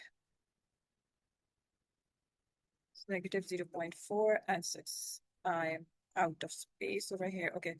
So for the coordinates of D, we know that the midpoint formula is x1 plus x2 over 2 for the x value, and y1 plus y2 over 2 for the y value. So we have the midpoint, which is negative 0.4. So negative 0.4 equals to x plus 27 divided by 5 is 5.4. So it's negative 5.4 over 2. So we do 2 times negative 0.4, which is negative 0.8. Then we do plus 5.4. And that gives us 4.6 for x. So that's 4.6. And for the y value, we do the same. 6 equals to y plus, for b, the y value is 4 over 2. So 2 times 6, 12. 12 minus 4 is y, which is 8. So that's your answer. The working is a bit lengthy, but like these are all of the steps. But these are all of the steps that we need to do to find the coordinates of D. The next question is saying, Ivan asked 15 people how many books they read last year. Here are his results. We have to work out the interquartile range of the number of books they read. So this is easy 2 marks. What you will do is you will identify the middle value first. So 1, 2, 3, 4, 5, 6, 7, 8. 9 is the middle value because we have 7 values before it and 7 values after it.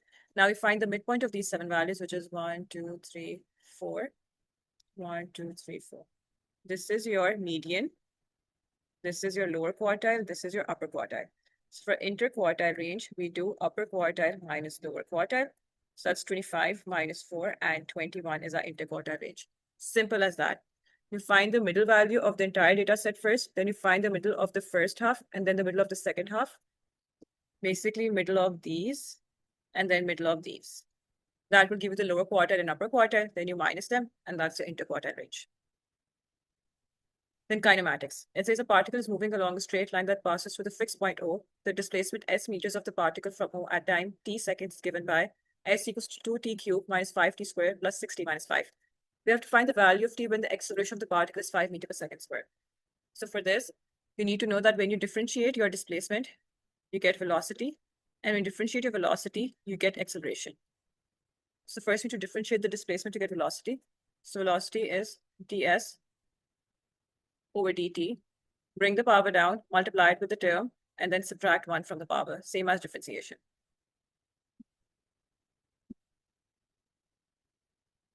And the constant always becomes 0. So that's 6t squared minus 10t plus 6. Now to find acceleration, we differentiate this again. So now we do dv over dt. So again, power down, that's 12t minus 10. We have to find the value of time when the acceleration is 5. So we put dv over dt equal to 5 because that's the value of acceleration.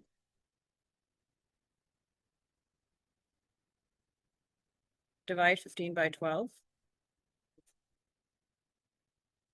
That gives us 1.25 seconds. That is the time at which the acceleration is 5 meters per second squared. Simple as that. Easy 4 marks. You just need to know that when you differentiate displacement, that gives you velocity. And when you differentiate velocity, it gives you acceleration. That's it. Functions. The functions f and g are such that f of x equals to 5x plus 7 and g of x equals to 5 over 2x minus 9. State which value of x could not be included in any domain of g. So for any domain of g, you will put your denominator equal to 0. And that shows that the value of x is 9 over 2. So x equals to 9 over 2 is the value of x that cannot be included in any domain of g. Why? Because when you put x equals to 9 over 2 in the function g, the denominator becomes 0. And when the denominator becomes 0, the entire fraction becomes undefined. So we don't want an undefined function. Hence, x cannot equal to 9 over 2.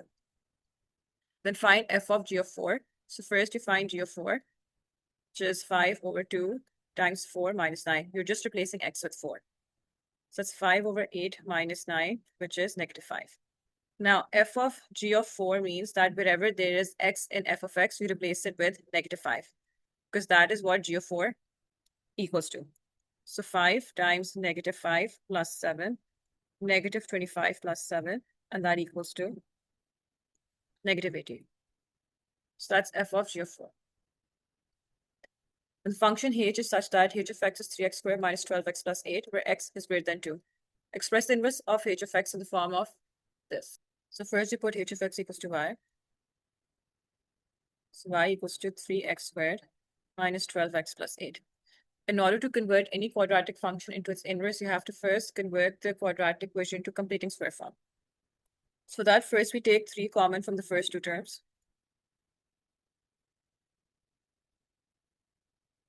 Then we are going to complete this square. Complete square is a square minus 2ab plus b square, which is equal to a minus b whole square. We need to figure out our b square. Our a square is x square, our 2ab is 4x, b square is what we're trying to find. So we'll put 2ab equals to 4x, a is x, so 2xb equals to 4x, and b is equal to 4x divided by 2x, which is 2. So that means our b is 2. So y equals to 3 bracket x squared minus 4x plus 2 square, because it's plus b square. But we'll also write minus 2 square, because plus 2 square is a new term that we introduced in the equation. It did not exist before. So if you're adding something new, you're supposed to subtract it as well. That's like one of the rules of maths. So now 3 bracket x minus 2 square is your complete square, like this thing. And then this minus 4 is outside this bracket. Now we multiply the 3 with the bracket and with the negative 4. This is 3 bracket x minus 2 squared minus 4. Now we're going to rewrite this in inverse form. So for inverse, we know we swap x and y first. So x equals to 3 times y minus 2 squared minus 4. Now we make y the subject of the equation. So we take x plus 4 on this side. We move the negative 4 to the other side. Then we divide it by 3. Then we square root it. Then we add the 2 on this side. The question clearly says that x is greater than 2, which means over here the inverse is supposed to be greater than 2. So we're going to take the positive square root, not the negative one. So h inverse of x is going to be 2 plus root of x plus 4 over 3. That is your final answer. So for the inverse of a quadratic function, you have to convert it to completing square form. If you don't, then you're not going to get it right. Then we have vectors. It says OACB is a quadrilateral. O is given as 3a, OB is 4b, and BC is 2a minus 2b. Find the vector OC in terms of a and b, simplify answer. So vector OC is this. So we can easily find OC by adding OB and BC. Both of the vectors are given, so simple. So OB is 4b and BC is 2a minus 2b. Since we're following the direction of the arrows given in the diagram, so we don't need to change anything. We just go 4b plus 2a minus 2b, simple. That's 6a minus 2b. That's your answer. Then find the vector AB in terms of A and B. So for AB, we go from A to O and then O to B. Now we're changing the direction for OA because we're not going from O to A, we're going from A to O. When you change the direction, the sign of the vector changes. So AB is AO plus OB. That's negative 3A plus 4B. That's your answer. So easy 2 marks so far. Now comes the difficult part. The point P lies on AB and on OC. Using a vector method, find the ratio APs to PB. Show your working clearly. Whenever it says vector method, that means that we're going to create 2 equations for the same vector, put them equal to each other, and then figure out the ratio. That's like the standard step. So AB is to PB. So what we can do is we can create 2 equations for OP. And then using those 2 equations, we'll figure out the ratio AB is to PB. So first we can see that OP is a part of the entire length OC. So we can say OP is some scale factor, which is lambda times OC. That is your first equation. And for the second equation, we know that AB is a part of the entire line AB. So AB is also some scale factor times AB. We can split the AB into AO plus OP. And then we can make OP the subject. So now we have another equation for OP. This and this. So once we fit these equations with the vectors, we can put them equal to each other, find the values of lambda and mu, and then we use that to figure out the ratio. So let's write this down over here. So OP is some scale factor. So OP is some scale factor of OC. And then we said that AP is mu times AB.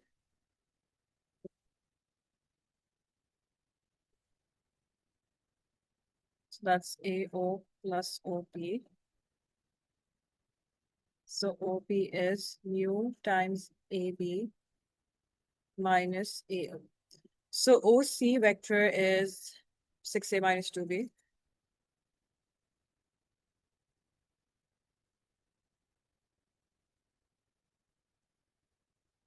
That is your first equation for OP. Let me highlight this.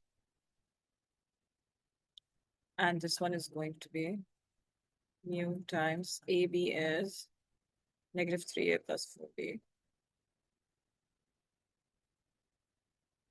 minus negative 3A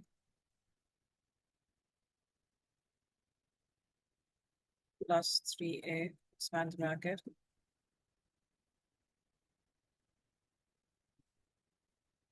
So that is your second equation for OP.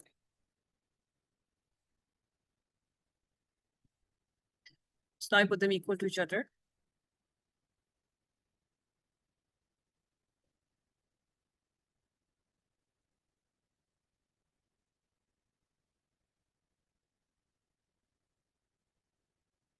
So we put the A components equal to each other and the B components equal to each other.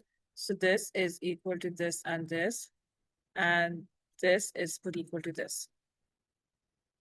So 6A lambda equals to negative 3A mu plus 3A. The A's get cancelled out because every term has an A. So it's 6 lambda equals to negative 3 mu plus 3. And for the other equation, it's going to be negative 2B lambda equals to 4B mu. B's get cancelled out. So negative 2 lambda equals to 4 mu. So lambda equals to 4 mu over negative 2, which is negative 2 mu. So you can substitute this over here in terms of lambda, and then the entire equation will be in terms of mu. You can solve it for mu then.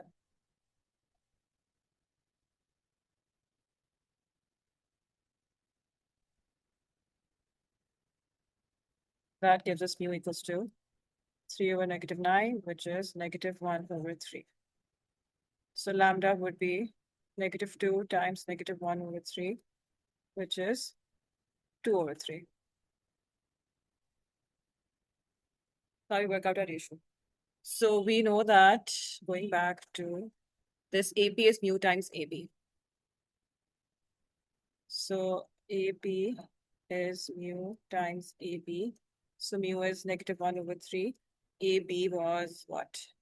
Negative 3A plus 4B.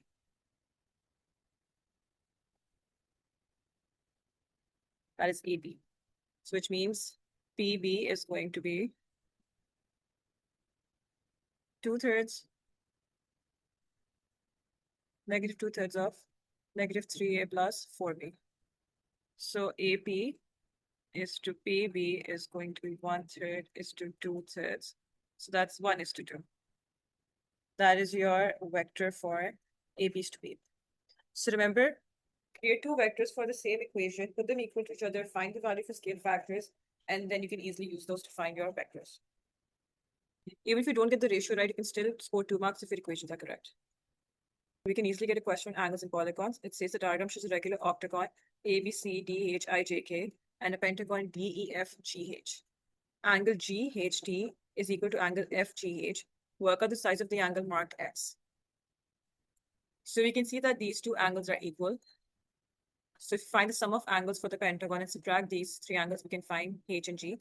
And for the octagon, it clearly says the regular octagon, which means all of these angles are going to be equal to each other. So you can easily find one of these angles. That would be your angle H in the octagon. So for the octagon, we find each interior angle. We need to memorize this formula because that's not going to be given in the formula sheet. So that's n minus 2 times 180 over n. So in this case, n is 8 because an octagon has 8 sides. 8 minus 2 times 180 over 8, and that gives us 135. So this angle is 135. Now for the pentagon, we find the sum of angles. Sides are 5. So sum of interior angles, that's going to be n minus 2 times 180. For the sum formula, we don't divide by n. So that's 5 minus 2 times 180, and that is 540 degrees. So angle H and G would be 540 equals to 112 plus 102 plus 96. Yeah. Let's call these two y. Plus y plus 1. So 112 plus 102 plus 96, that's 310 plus 2y. So y is going to be 540 minus 310 over 2. That is going to give us 115 for y. So now x is going to be, since this is angles around a point, so all of these angles add up to 360. So 360 minus 135 minus 115, and that equals to 110 degrees. That is your angle x. So you just need to know these formulas. If you don't memorize these formulas, then you will struggle with this question. Otherwise, it's very simple. It's nothing confusing. Then sequences. It says here the first 4 terms of an arithmetic series. We have k, 3k over 4, k over 2, and k over 4. Given that the 15th term of the series is 90 plus 2k, calculate some of the first 30 terms of the series. I specifically chose this type of questions because the other ones where they tell you like some of this number of terms is this and that, find the value of a or d, that has been appearing like a lot in the past years. Last time for 1HR, they gave a question like this in May, June, and instead of fractions, they had like expressions. So I have a feeling that you guys might get this one. I might be wrong as well, but just in case, let's learn to solve this because most kids got confused by looking at that question, even though it was very easy to solve. It wasn't difficult. The steps were exactly the same.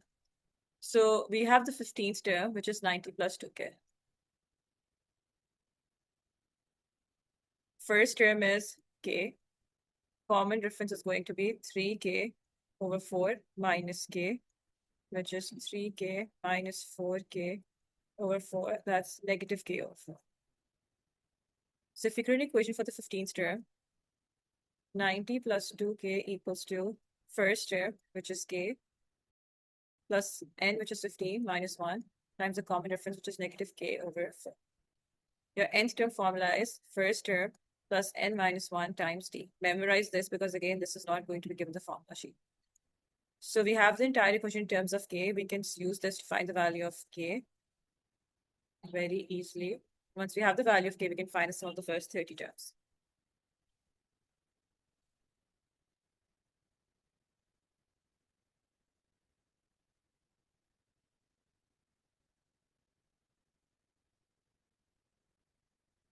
Select the like terms on each side.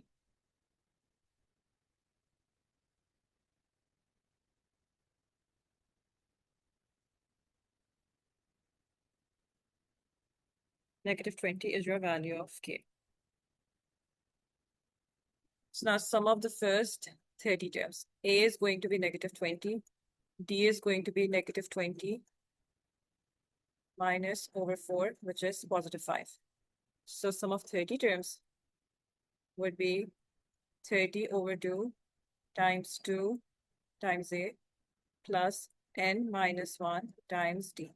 Sum of n terms formula is given the formula sheet, so you don't need to memorize this, but you need to memorize the nth term formula. 15 bracket negative 40 plus 29 times 5. 145 minus 40 times 15, 1,575. That's the sum of the first 30 terms of this sequence. Move on to the next one. Differentiation. So we can still get a question on differentiation as well, either kinematics or differentiation. They don't give both of them. I know in paper 1 you got a question on differentiation for the shape one. So we don't know if they give you another one on like, finding the turning points or the stationary point. So to be on the safe side, let's just go through this. So to find dy by dx, you will differentiate this. So we know the steps. You bring the power down, multiply it with the terms, subtract 1 from the power. So 3 times 4 times x to the power of 3 minus 1 plus 2 times 5 times x to the power of 2 minus 1, and this becomes plus 2. 12x squared plus 10x plus 2. That is your dy by dx. Easy 2 marks. Then to find the coordinates of the turning point of this curve, we have to put the dy by dx equal to 0, always. Because at the turning point, your gradient is 0. And dy by dx represents the gradient. So 0 equals to 12x squared plus 10x plus 2. Factorize this. You can divide everything by 2 to make it easier. So 6x squared plus 5x plus 1. 6 times 1 is 6. Factors of 6 that we can use to replace 5 are 2 and 3. 6x squared plus 3x plus 2x plus 1. The first two terms we have 3x common. So 2x plus 1 in the bracket. In the last two terms we have 1 common. So 2x plus 1 in the bracket. Whenever there's nothing common, 1 is always common. So you can take 1 common. So 2x plus 1 times 3x plus 1. So x is negative 1 over 2 and x is negative 1 over 3. It says the coordinates, so we have to find the corresponding y values. To find the corresponding y values, you put it back into the original equation of the curve, because that is what y is. So 4 times negative 1 over 2 cube plus 5 times negative 1 over 2 squared plus 2 times negative 1 over 2. That gives us negative 0.25 or negative 1 over 4. And for the other one,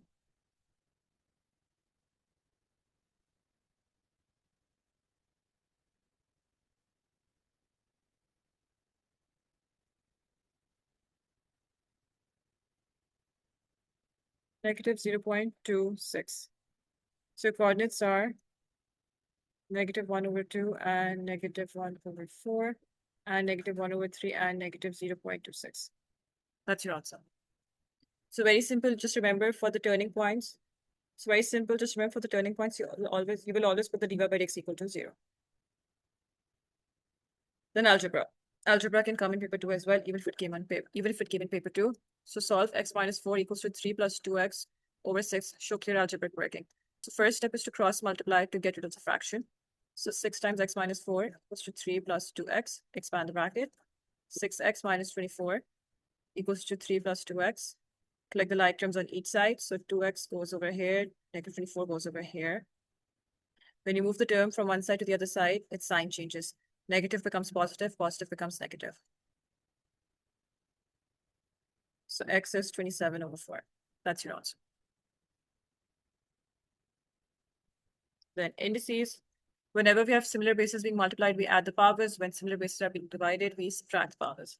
So a to the power of negative 2 plus 9 over a to the power of 10 equals to a to the power of n. Negative 2 plus 9 is 7. So a to the power of 7 over a to the power of 10 equals to a to the power of n. We minus them. So a to the power of negative 3 equals to a to the power of n. Negative 3 equals to n. That's your answer. Then more indices. Whenever we have similar bases being multiplied, we will add the powers. Same thing. So it's 12. Similar bases are being divided.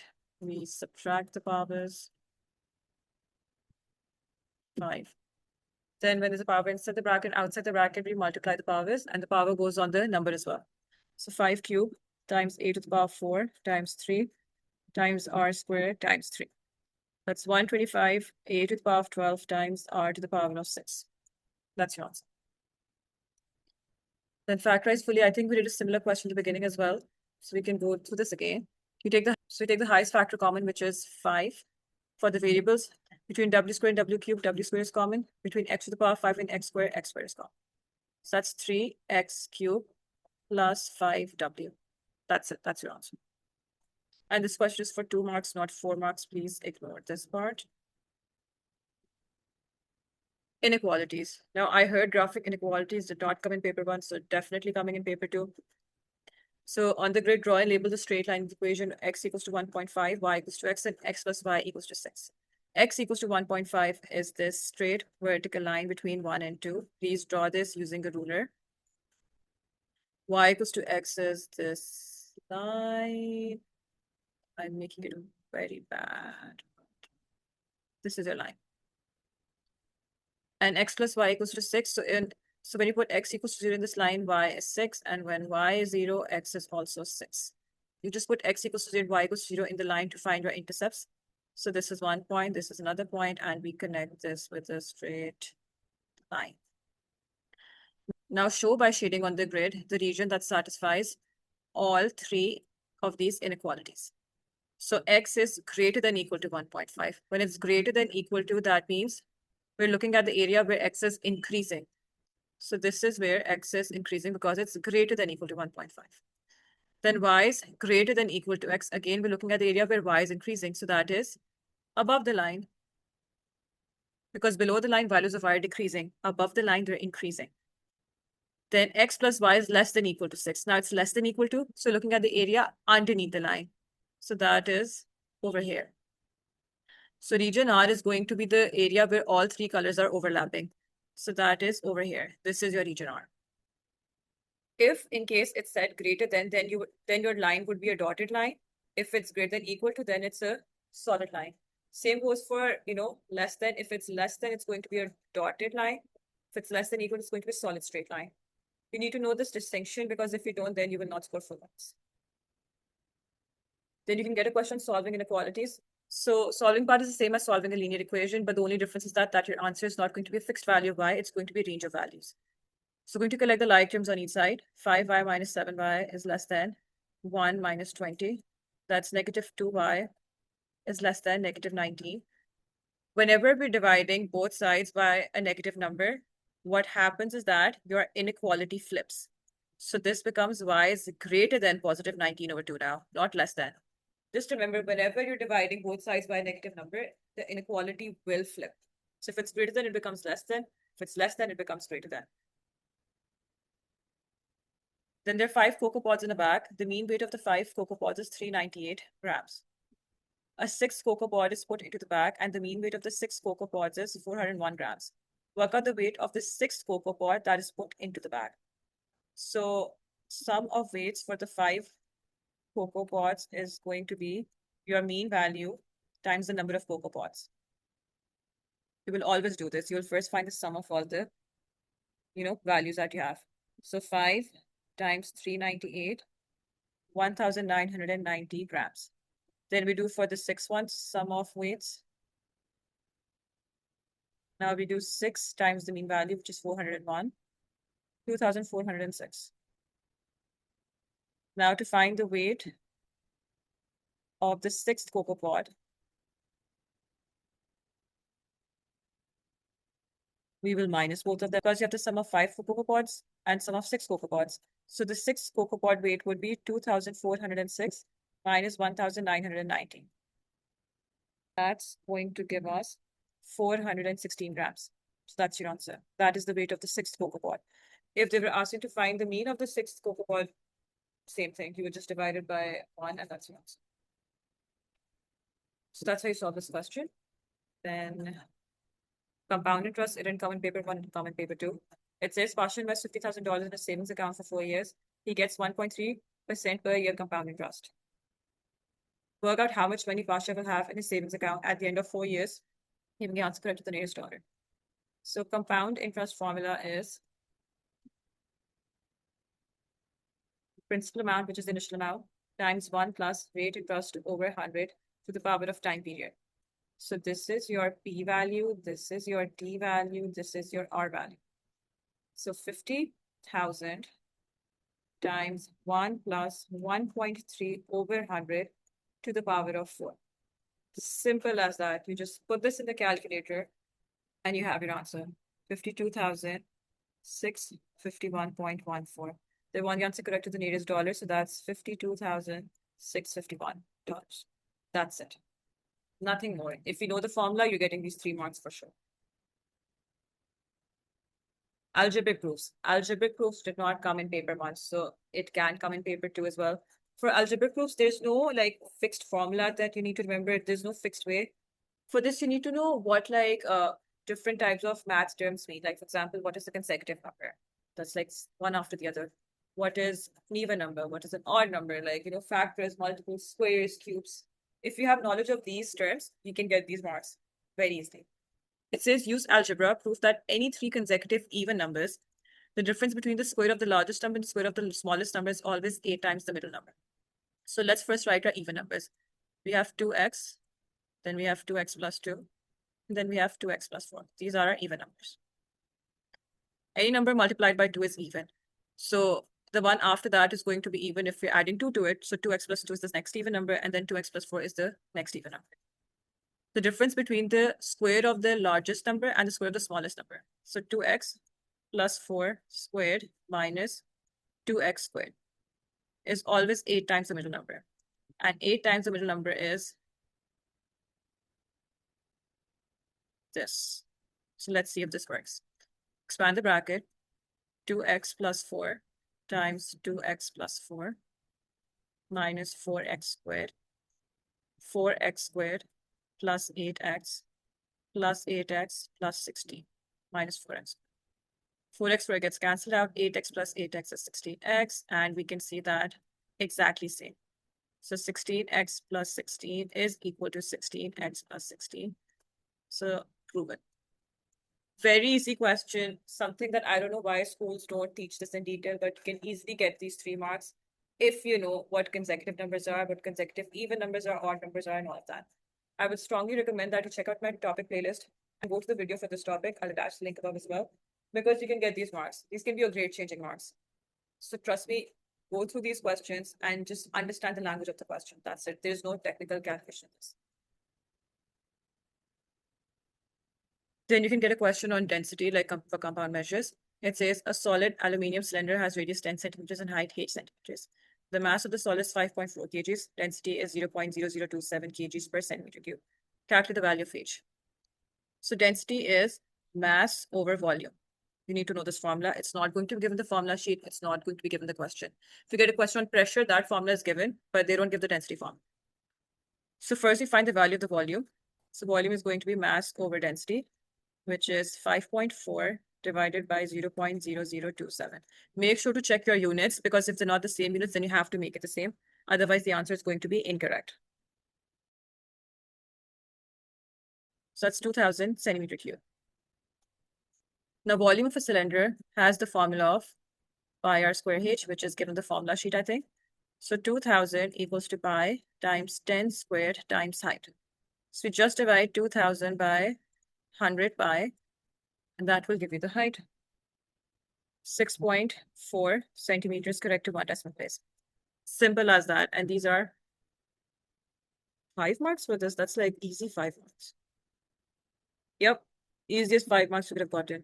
You find the volume, then use that to find the height. Then you can get this difficult question for indices. I don't think it came in paper 1, so there's a chance it can come in paper 2. In this question, we use the change in base law.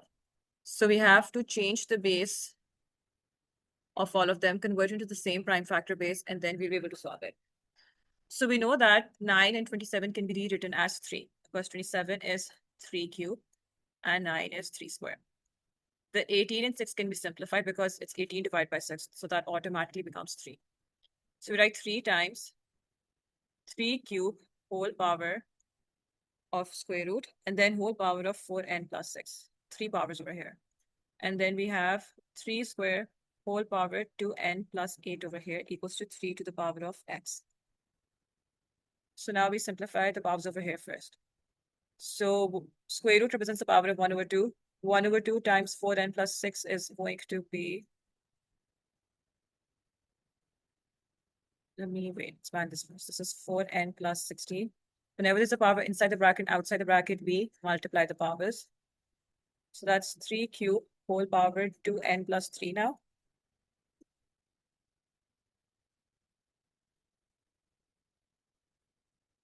And then over here again, we multiply the powers. So that's 6n plus 9. Okay, so this is what we have now. As you can see, all of the numbers have the same base, which is 3. So now we can easily use the rules of indices to solve it. Whenever we have similar bases being multiplied, we add the powers. So 1 plus 6n plus 9 over this And that's going to be 6n plus 10 in the power. And now whenever we have similar bases being divided, we subtract the powers.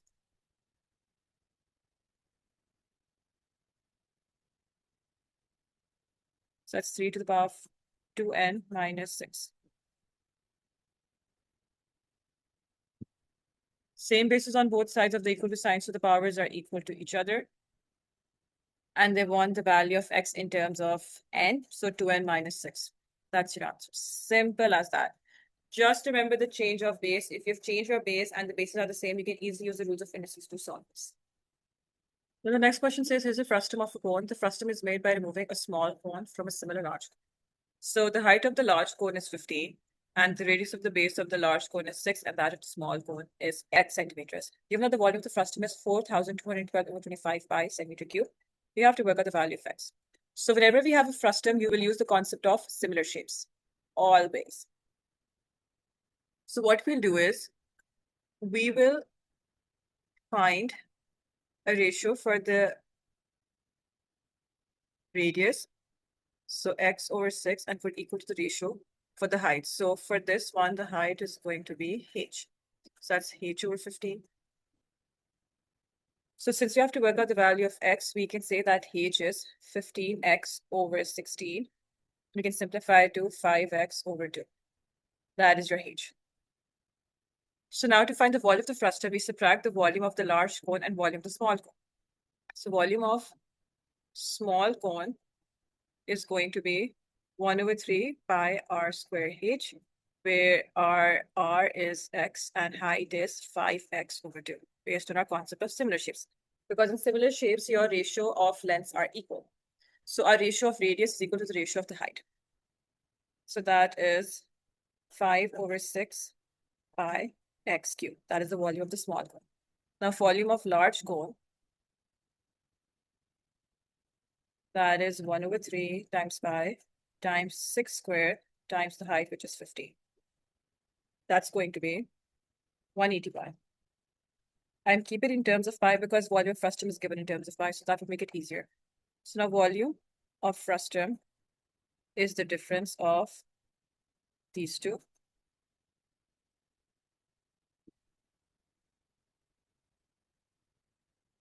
So that's 4,212 over 25 pi equals to 180 pi minus 5 over 6 pi x cubed.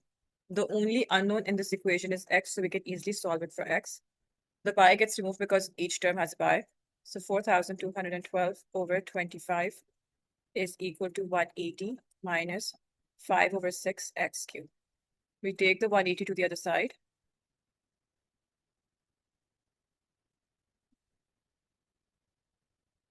Times it by 25.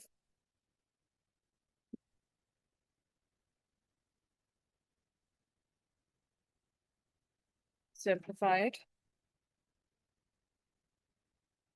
Cross multiply the negative 6 over 5 over here. So that is x cubed. So 288 times 6 divided by 25 times 5, 13.824. Cube root that to find the value of x. That's 2.4. 2.4 centimeters is the value of x. That is the answer. And then last question is, diagram shows a sphere of diameter x centimeters and a pyramid ABCDE with a horizontal rectangular base BCDE. The vertex A of the pyramid is vertically above the center O of the base, so that AB equals to AC equals to AD equals to AE. So all of these are equal. But look at the base, it's a rectangular base. So BC is not equal to CD, they're different. AO is given as 5x, BC is x, and CD is 2x. That means this is going to be x, this is going to be 2x. Volume of the sphere is 288 pi centimeter cube. Calculate the total surface area of the pyramid. So using the value of the volume of the sphere, first we're going to work out the value of x and then use that to calculate the total surface area of this pyramid. So 288 pi equals to 4 over 3 pi x cubed. That's the formula for the surface area of the volume, which is given in the formula sheet. So 288 times 3 over 4, pi has got cancelled out.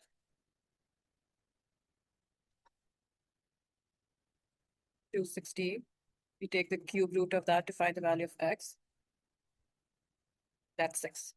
So 6 centimeters is your value of x. Now we use this to figure out the total surface area of the pyramid. So over here, to figure the total surface area of the pyramid, we need to find the perpendicular height of each triangular face, because only that way we can figure out the area of these triangular faces and use that to find the total surface area. So this is going to be different, and this one is going to be different because the bases are different. So 6 is the value of x. So this is 3, this is 3. This is 12 because 2 times 6. So this is 6 and this is 6. So we don't have this height, but if we connect this over here and make another right angle triangle, this 5x is equal to 30 because 5 times 6. So if I draw this triangle over here, A, O, and let's put this as F. AO is 30. OF is going to be half of 2x, which is x, and that's 6. I need to find this. So we use Pythagoras. 8 squared equals to 30 squared plus 6 squared. That's going to be square root of 900 plus 36. And that gives us 30.59. Then we do the same thing with this triangle. Let me use a different color. So now over here, this length is 3 because half of 6 is 3. So we draw this over here.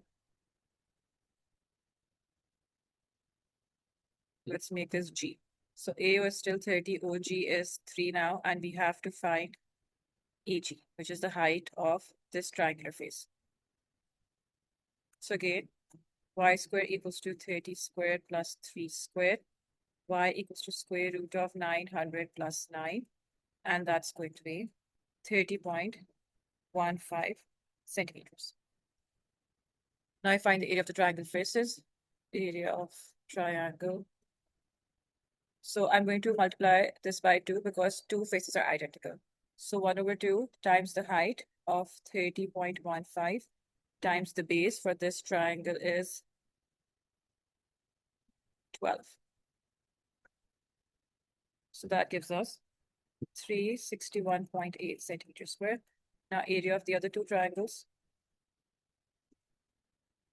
So that's again 2 times 1 over 2 times the height for these ones is 30.59 and base is 6.